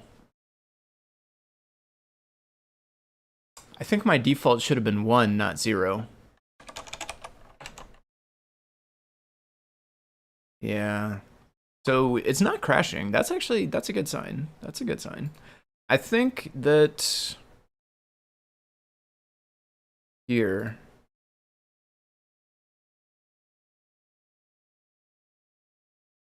Okay, well, one thing is this should be color index. And I think this should be 1, not 0. It was returning 1 before, which ultimately maps to the 0th index in the palette. So it's like on one side it's 0 based, on one side it's 1 based. But I will also need to add this thing, won't I? MP. Yeah. So this will need to be done as well.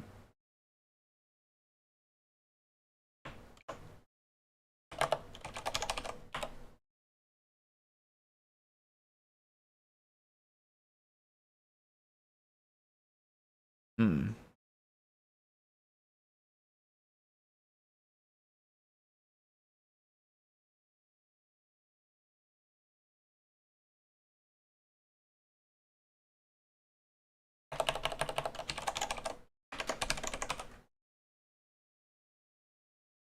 I don't know if that's the right thing to put here.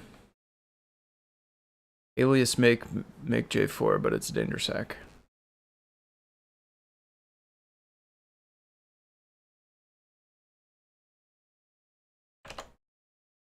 Let's try this build.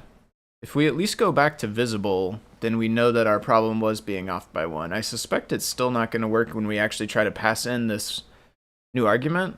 Probably am missing some more stuff still. Especially, like, not sure what this object is, but I don't think I declared it anywhere. I guess this one's not declared anywhere either, though. At least not in this file.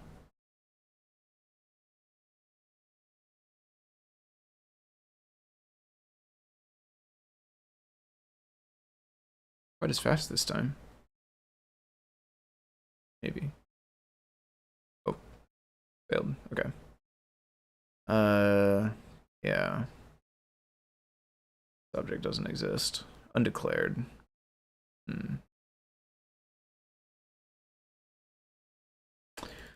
So where did this come from? We're in shared bindings. C.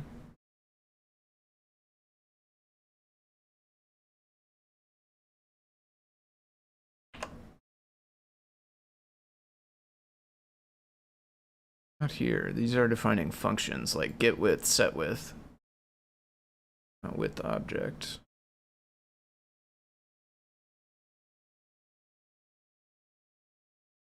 This is where we'll need to add it to the doc strings.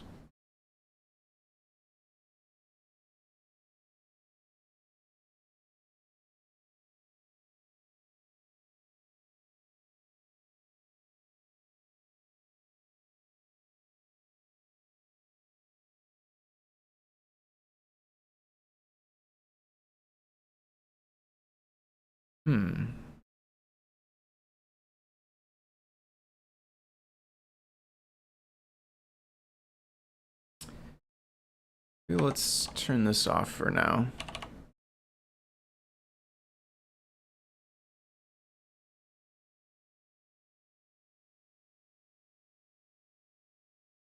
Let's see if that works. I think that's for properties, though, right? Because this says functions properties. So maybe this is only if we want to have the, oh, I just turned the wrong one off.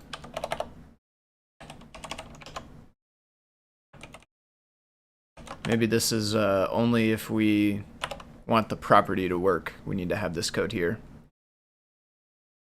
And then we'll have to figure out where this comes from.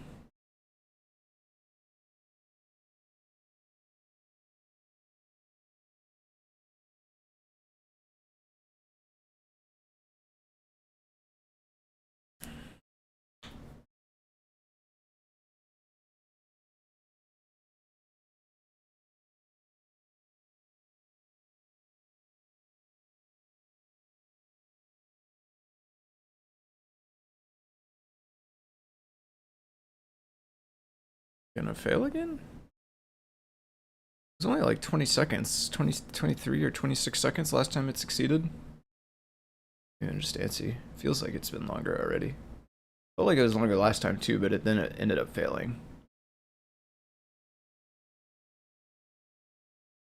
Let's work in, let's see. Oh, nope, succeeded, okay. Back to bootloader.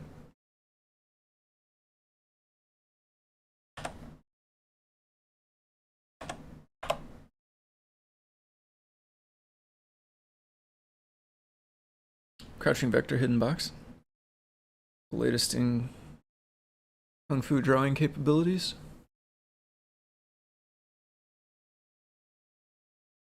Oh. Okay. Yeah, now it's working. This part.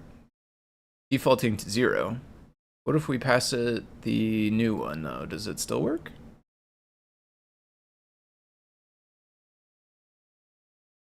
So can we say now color index 1?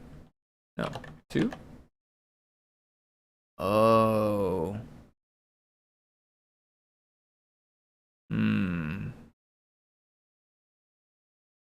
So this is going to be weird though. If it's 1 based internally and 0 based on the palette, are we going to have the user pass the 1 based one or the 0 based one?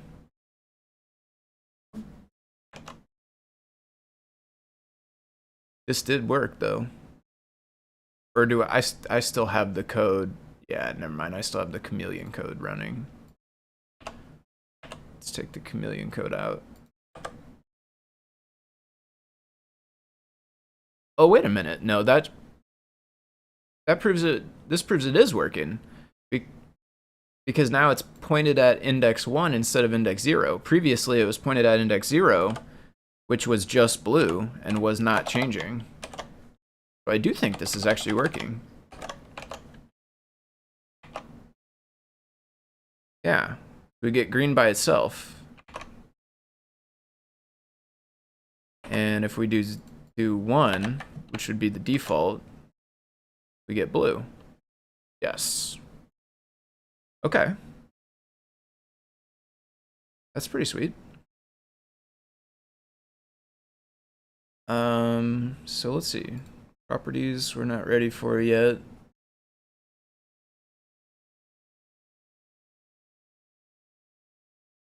Here.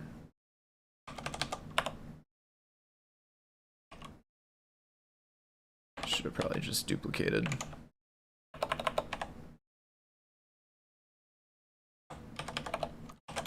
Color. I almost don't want to call it index. Because index kind of implies to me 0 based.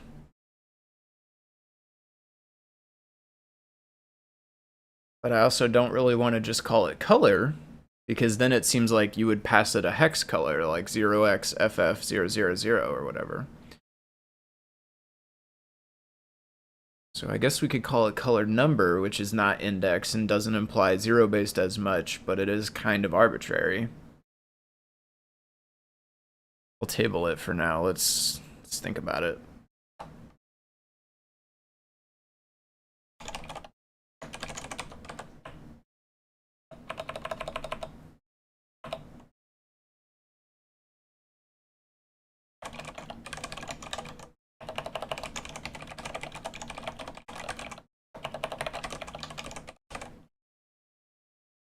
Palette index. I mean, I like that too, but it still has the same kind of crux of the issue. Index implies 0 based, and the palette is 0 based, but the number we're giving it here is 1 based.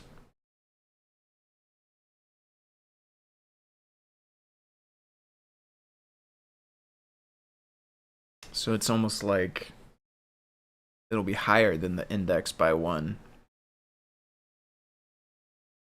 I do kind of like palette instead of color though, so if it was palette index instead of color index, I think that'd be a little bit better. But it does. I still don't know for sure. I wonder if there's something better that doesn't use index. Or maybe we should make it 0 based, but I think the reason why it's 1 based is because it uses 0 differently. I think internal to vector shape, it uses 0 to signify transparent, basically. So 1 becomes the 0th color in the palette, and 0 becomes transparent or not drawn at all. Probably something like number instead of index. Yeah. Call it 1dex. Dylan, I do kind of like 1dex. I've never seen that used before, but that does crack me up a little bit actually. 1dex.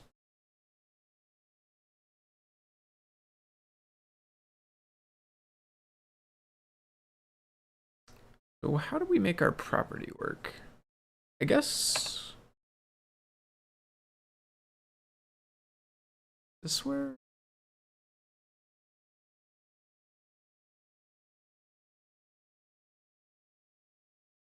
Yep. Width.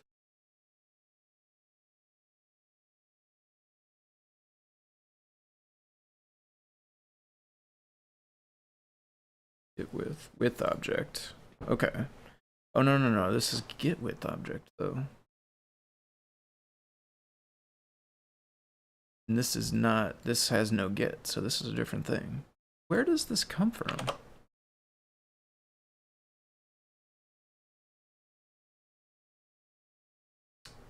see. Okay. Okay. So we declare this thing. It's a property type. We give it a getter and a setter. I don't know what the last thing is. I mean, it's none, but that's default or something? I don't know what it would be. So basically, take like all of this code for width down here.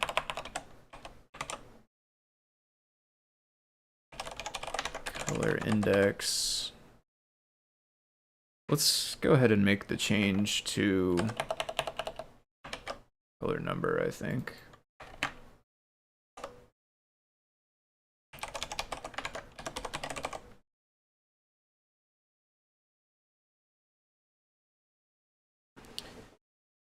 Maybe you just pass in a palette, and if index 0 is transparent, great. Otherwise, block is colored, with color in being the shape color. I think that is possible, but would require more substantial changes inside of the vector shape, which I don't necessarily think I'm probably capable of doing without more help from Warrior of Wire, because it treats 0 specially. It has like a special case for 0, where it just doesn't draw the pixel at all. It's basically like if it's going to be a 0, then just skip it, don't draw it at all. So we'd have to change that logic to not do that anymore, and instead 0 would just draw 0, and then it would get made transparent, and that would have the same effect visually, but functionality wise would be different. Color number of the rectangle in one based index of the palette.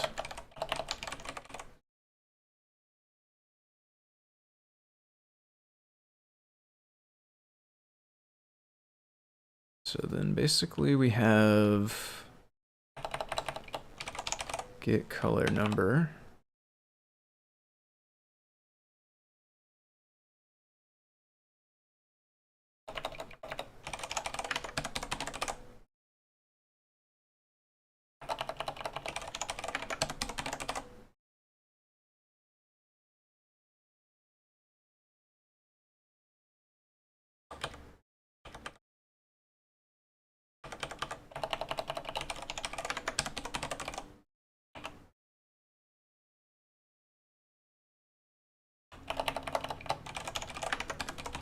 Okay.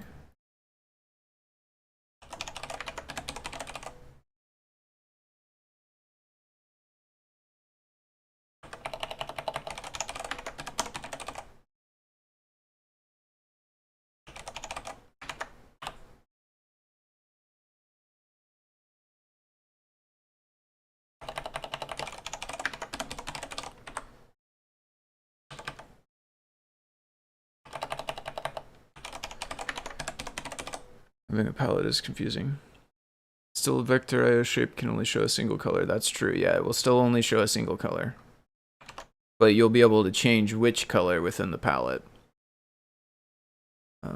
Which kind of makes having the whole palette less confusing to me, I guess. Like, the fact that we'll be able to change our index within the palette kind of wraps back around and gives us a reason to have the whole palette, whereas the current API, we give it a palette, but we're only ever looking at the first thing in it. We never do anything else with it, and so it does make less sense today, I think. But once we have the ability to change, I kind of swing back around to the other way, where having the whole palette makes sense.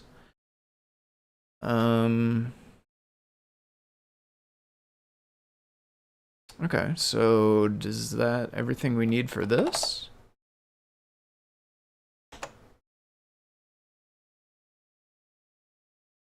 No, because we still have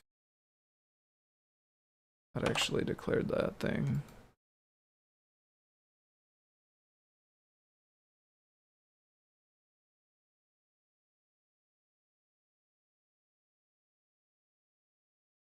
Okay, I didn't copy enough.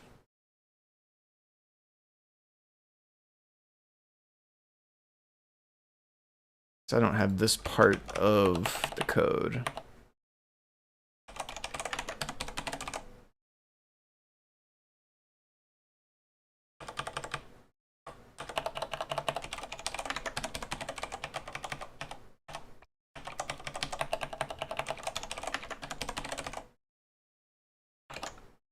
Now that exists.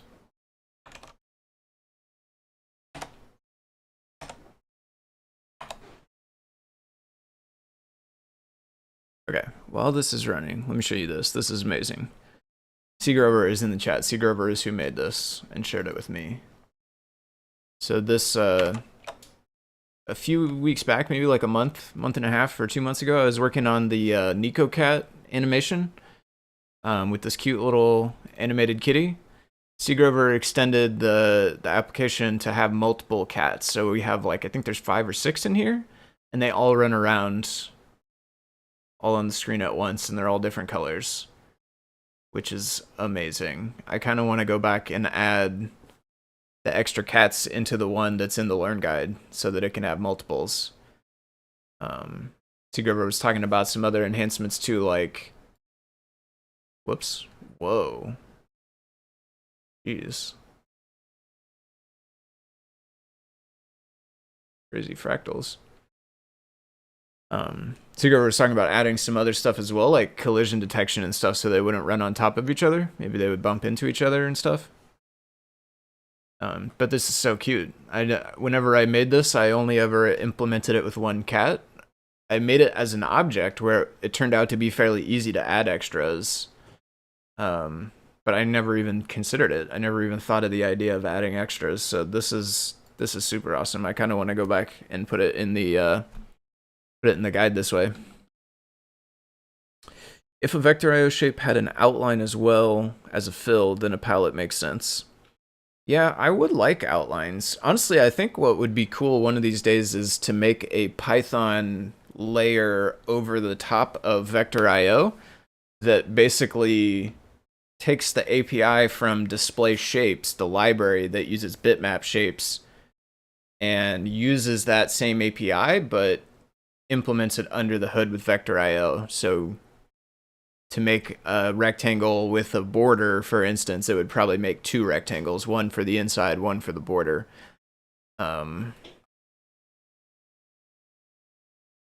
Yeah, by itself, Vector.io doesn't support the outline being separate. It would be cool, though, if it did. In which case, yeah, it would kind of make more sense to have a palette if it did use both. You kind of agree with that. Yeah, that's true. 1 cat is an awful lot, I'll say, and 2 cats is also an awful lot. 6 cats on the screen. 6 virtual cats is amazing. 6 actual cats is a handful. How's it going? Norman over in the YouTube chat, and Andrew Reed as well. Clear Val, I don't know what you were saying with Clear Val. Maybe the part of my code had Clear Val in it or something. I'm not sure, but how's it going? Thanks for hanging out in the chat with us. By the way, you can sort the group by the y coordinate of the sprite. Oh, really? Oh, I see. Yeah, just move which one. So you change the z index based on the y index. That way the ones lower in the y would show up on top. That would be interesting. Good idea. Okay, what is our problem here? Nested something. What is this? That number. Maybe? I don't know. Did I mean... I don't really know what I meant.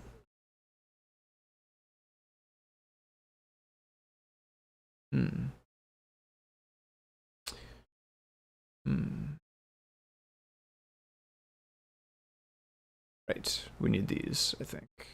Yeah.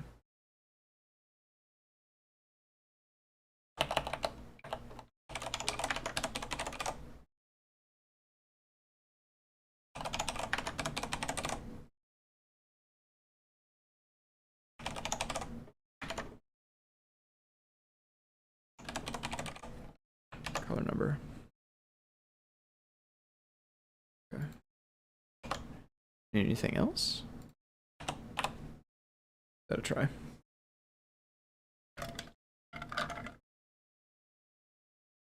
Midnight in Sweden. Good night. Good night, Axel. Thanks for tuning in.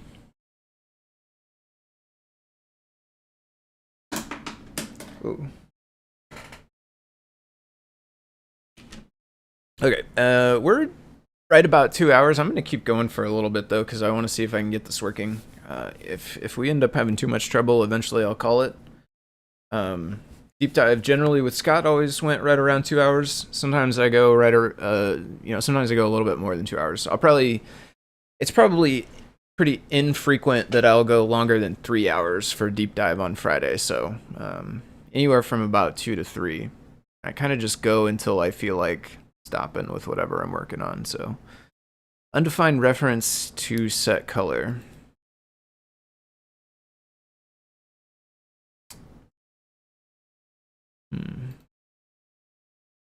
Undefined reference to get color. So we need these in shared module also.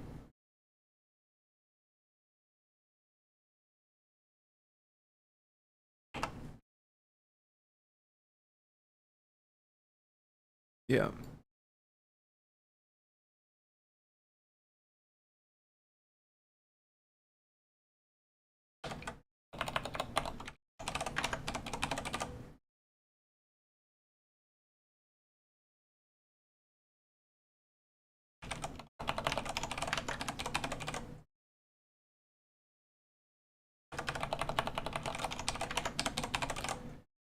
Oh, colored val. I see. Andrew Reed. Suggestion for the color variable. Color val. I'm with you. Value, I do kind of like value. We may end up changing it to value instead of number. We'll see. Midnight in Germany as well. Norman Beale says. Yeah, thank you all for hanging out, even though it's super duper late where you're at. If you're interested, folks that are in like Sweden and Germany, and it's midnight where you're at right now, tomorrow morning, so pretty much about 16 hours from right now. Is that right? 6 hours from now is midnight my time. 10 hours after that is when I start. Yeah.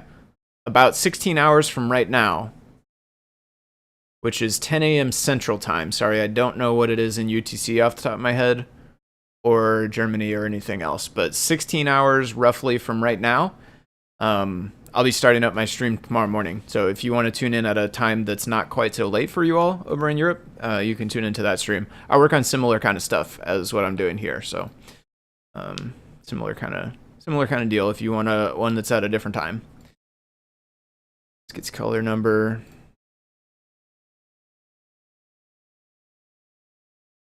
I don't know why.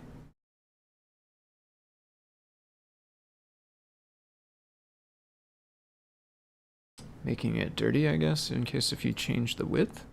Okay, I guess, yeah, if you change the width, then you want it to be dirty because you need it to redraw, which is pretty much the same with the color number, honestly. We want it to redraw, so we'll make it dirty. Dirty is like Display.io's way of saying that it needs to be redrawn.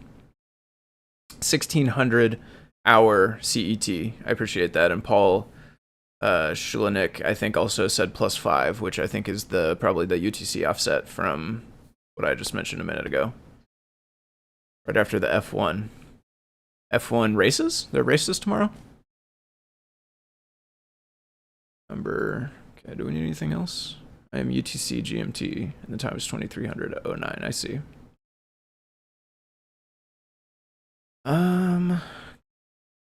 Let's see. Does this build now? Nope. Did we just forget a return? No, we have a return.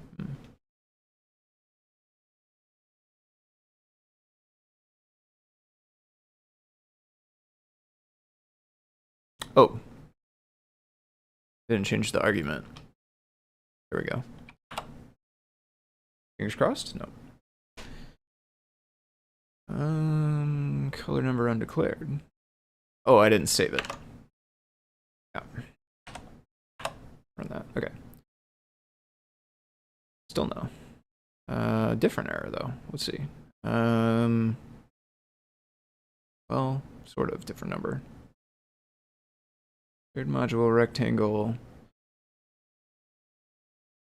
Okay. Color index. Oh, is it still called color index on the object, maybe? Yeah.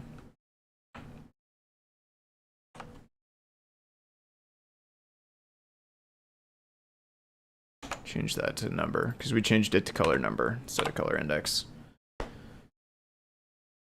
Still no. F1 qualifiers is tomorrow. The race is Sunday. Nice. Qualifying F1.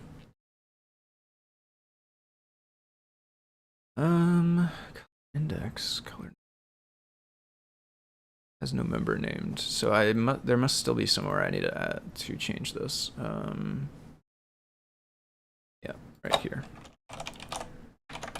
Okay, and let me start this one. I tried to hold out, but I'm not going to make it. I'm going to have to run to the restroom real fast. So I'm going to start this building and then run, and then I'll come back in just a minute. I already failed, but I'll be right back.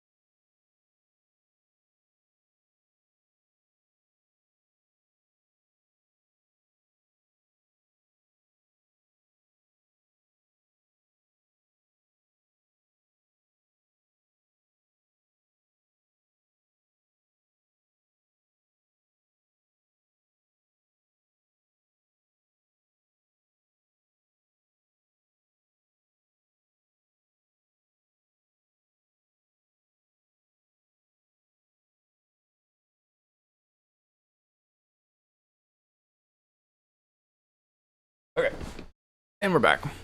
So we still didn't build. Let's see. Color. Wow, did I not save? I didn't save again. Fool me once.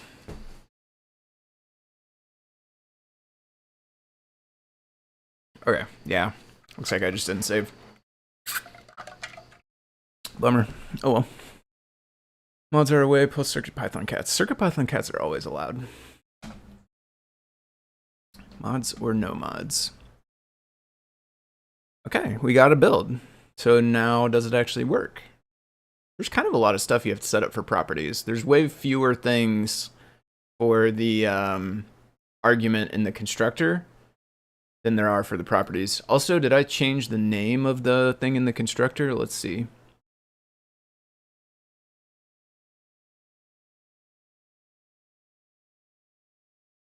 Yeah. Looks like it. Here and here, so should be changed, I think. Okay, so let's try running this one. So go to bootloader. Nope, missed it.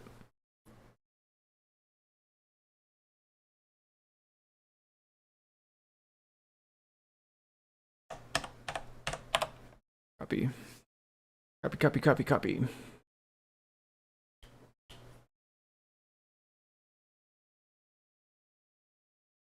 Thank you, Norman. Welcome back. Appreciate it.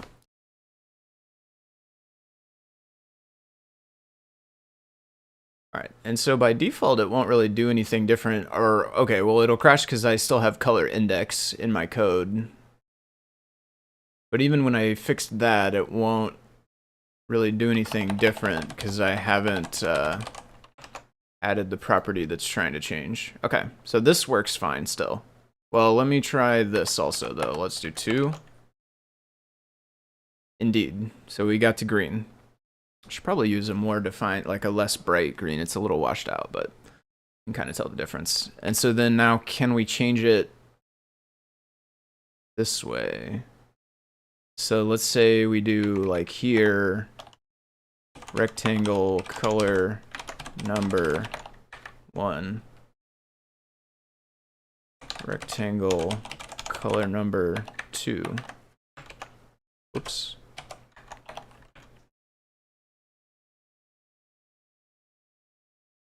Oh yeah. Working. That is awesome.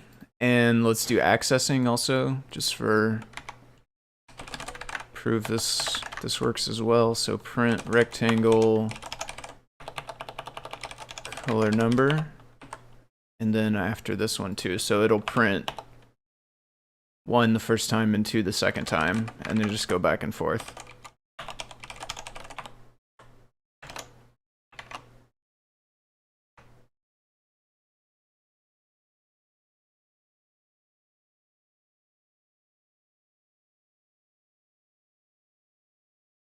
Yeah. Nice. Okay. So I think I have the process. That was a lot of stuff we had to do. And we did it only for rectangle, so we still would want to do polygon and circle.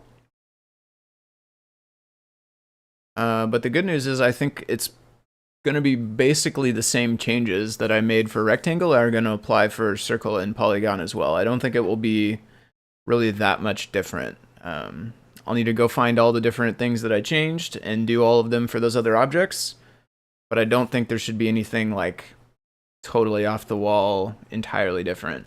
Let's take a quick look. Polygon, I assume, is like probably the weirder one of the two. See if it has that same like get pixel.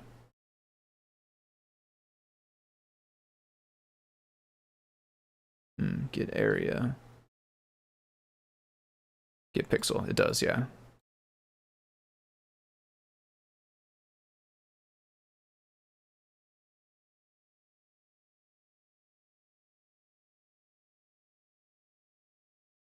Hmm.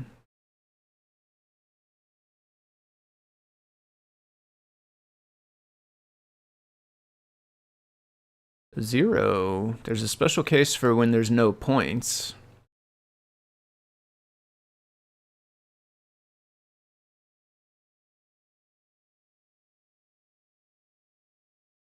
So is this, if this is true,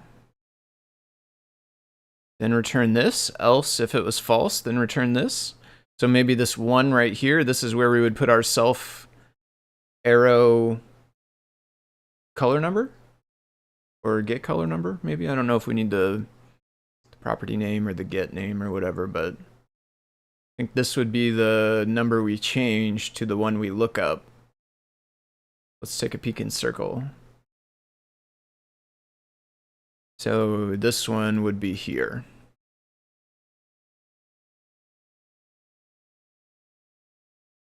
Pythagoras smaller than radius? I guess maybe also here too?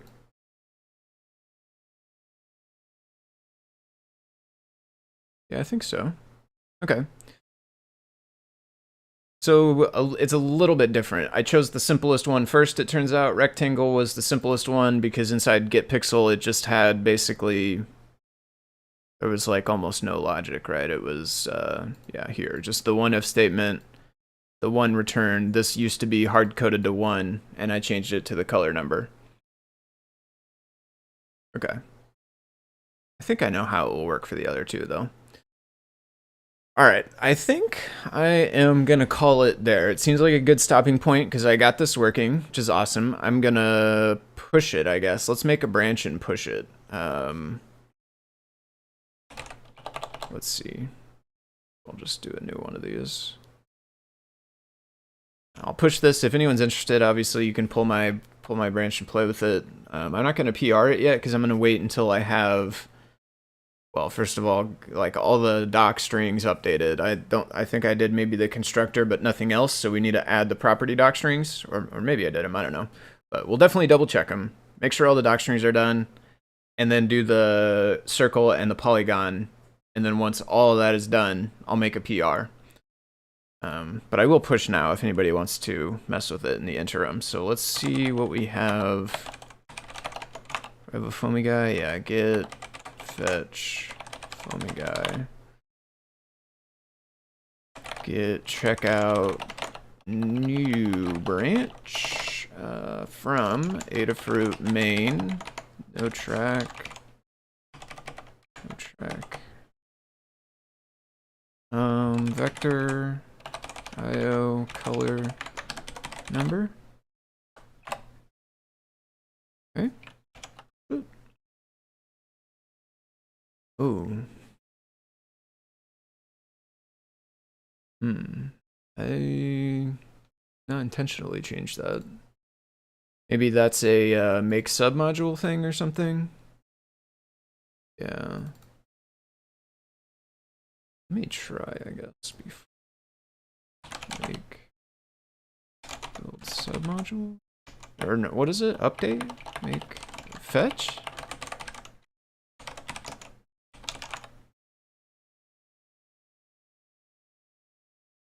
Maybe this will make those things not be changed. I'm not actually sure. I'm a little unclear on like when and how and why these update. Like occasionally I go to do a push like this and it has what I assume are differing git hashes here, commit hashes, but I don't know why they're different. I don't know why it seems to think that I changed it. Because when I do a push, when I do a go to make a commit here, yeah, we went the wrong way. We have a ton more now. Even we didn't. Not only did we not get rid of the 2 we had, now we have a bunch more. I don't know why it thinks these changed. So basically, this is PyCharm telling me that all these ones that are blue are the ones that have changes.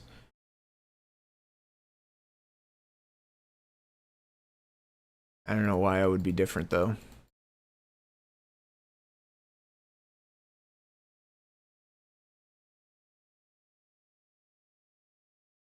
Fetch submodules. Maybe I should have done fetch submodules on main. Yeah, maybe I should have done fetch submodules on main. I don't know. Can happen if you move branches without updating submodules. Okay, that I'm basically 100% sure has happened because I usually run fetch submodules whenever something doesn't seem to do what I think it's gonna do.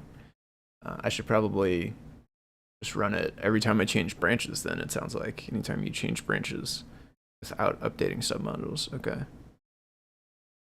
But I think though that one of the nice things is PyCharm. It can just uncheck all of these, so I can commit only the changes I made in these 4 files. Which I'll double check over them real quick. Both to make sure I didn't change anything crazy and also just to give me a little refresher since I'm going to do circle and polygon, I think, tomorrow. That was our constructor. We could probably get rid of some of the white space. I don't really need the white space that I added. We'll just get status show. Good question. Probably don't use it as much as I should.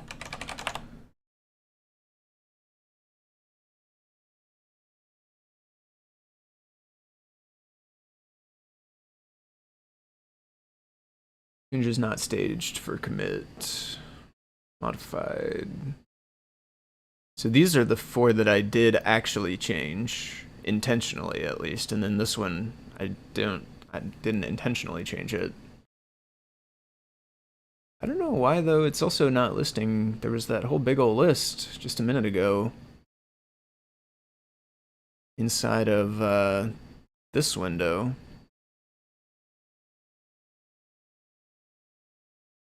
surprised these are different, honestly. I don't know. I don't have much experience. Whoops. Got a little crazy there. I don't have much experience using Git status. Most of my Git experience is like looking inside these windows. And even that, I don't have that much, honestly. I've gotten a lot better since I started messing around with CircuitPython, I will tell you that. But I still am not. There's still some of this stuff, like it doesn't necessarily make... I don't know the full story behind it. I know to look for patterns, and I can kind of tell when it's messed up because it doesn't behave like I'm used to. But I don't know the full like details behind why everything is the way it is and stuff like that. Probably don't need this either.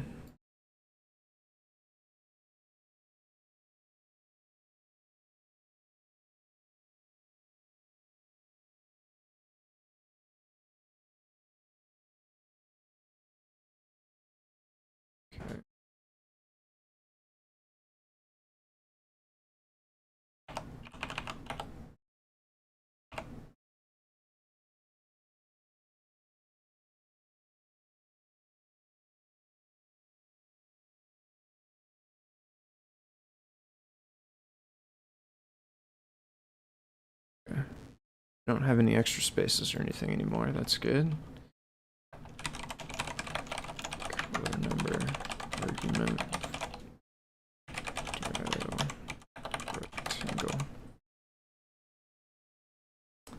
Okay, let me catch up. Untracked could be if you are starting from an old branch, which could be true. I started from main, but I don't know for sure if I pulled main when I started. It could have been out of date. Definitely could have been out of date. ST driver stuff is a pain. It changed from one sub module to many. Git status is most of your experience. I should learn Git status. I kind of use PyCharm GUI as my crutch with Git. Like lots of stuff that I don't really understand. I know the exact right hotkeys and things inside the PyCharm GUI, and I just do it the same way every time. Whenever it's veers from that path, I know something is crazy or different, but I should learn more of the why, and part of that would be the command line. I should learn Git status and the rest of the commands that go along with it, truthfully. Okay. This is nice. It did actually go to Foamy Guy, which it doesn't always. Okay. So that's pushed. Folks can play with it if you want. I think what I'll do is tomorrow, I'll work on Circle and Polygon and maybe some other stuff. I think I have PRs and things I'm going to look at tomorrow as well. So if folks are interested, again, that's like, right now it's basically 15.5 hours from right now, 10 a.m. Central Time tomorrow. If you come back to the same chat room, the live broadcast chat, I will be in there. And I'll paste links and stuff. It does go to it goes to my own Twitch and my own YouTube, so it's on a different one. Like you can't just look on the same Twitch or YouTube you are today. But I'll post the links in that live broadcast chat when I get ready to start. So hang out with me tomorrow if you're interested. Thank you to everyone who watched. Ask Patrick W, thank you as well. To everyone else who watched and helped, thank you to all of you. And yeah, I will be back next week also at the same time. So 2 p.m. Pacific is when I started today, 2 p.m. Pacific every Friday for deep dives. So I'll be back then, and then tomorrow on my own channel. So yeah, thanks all.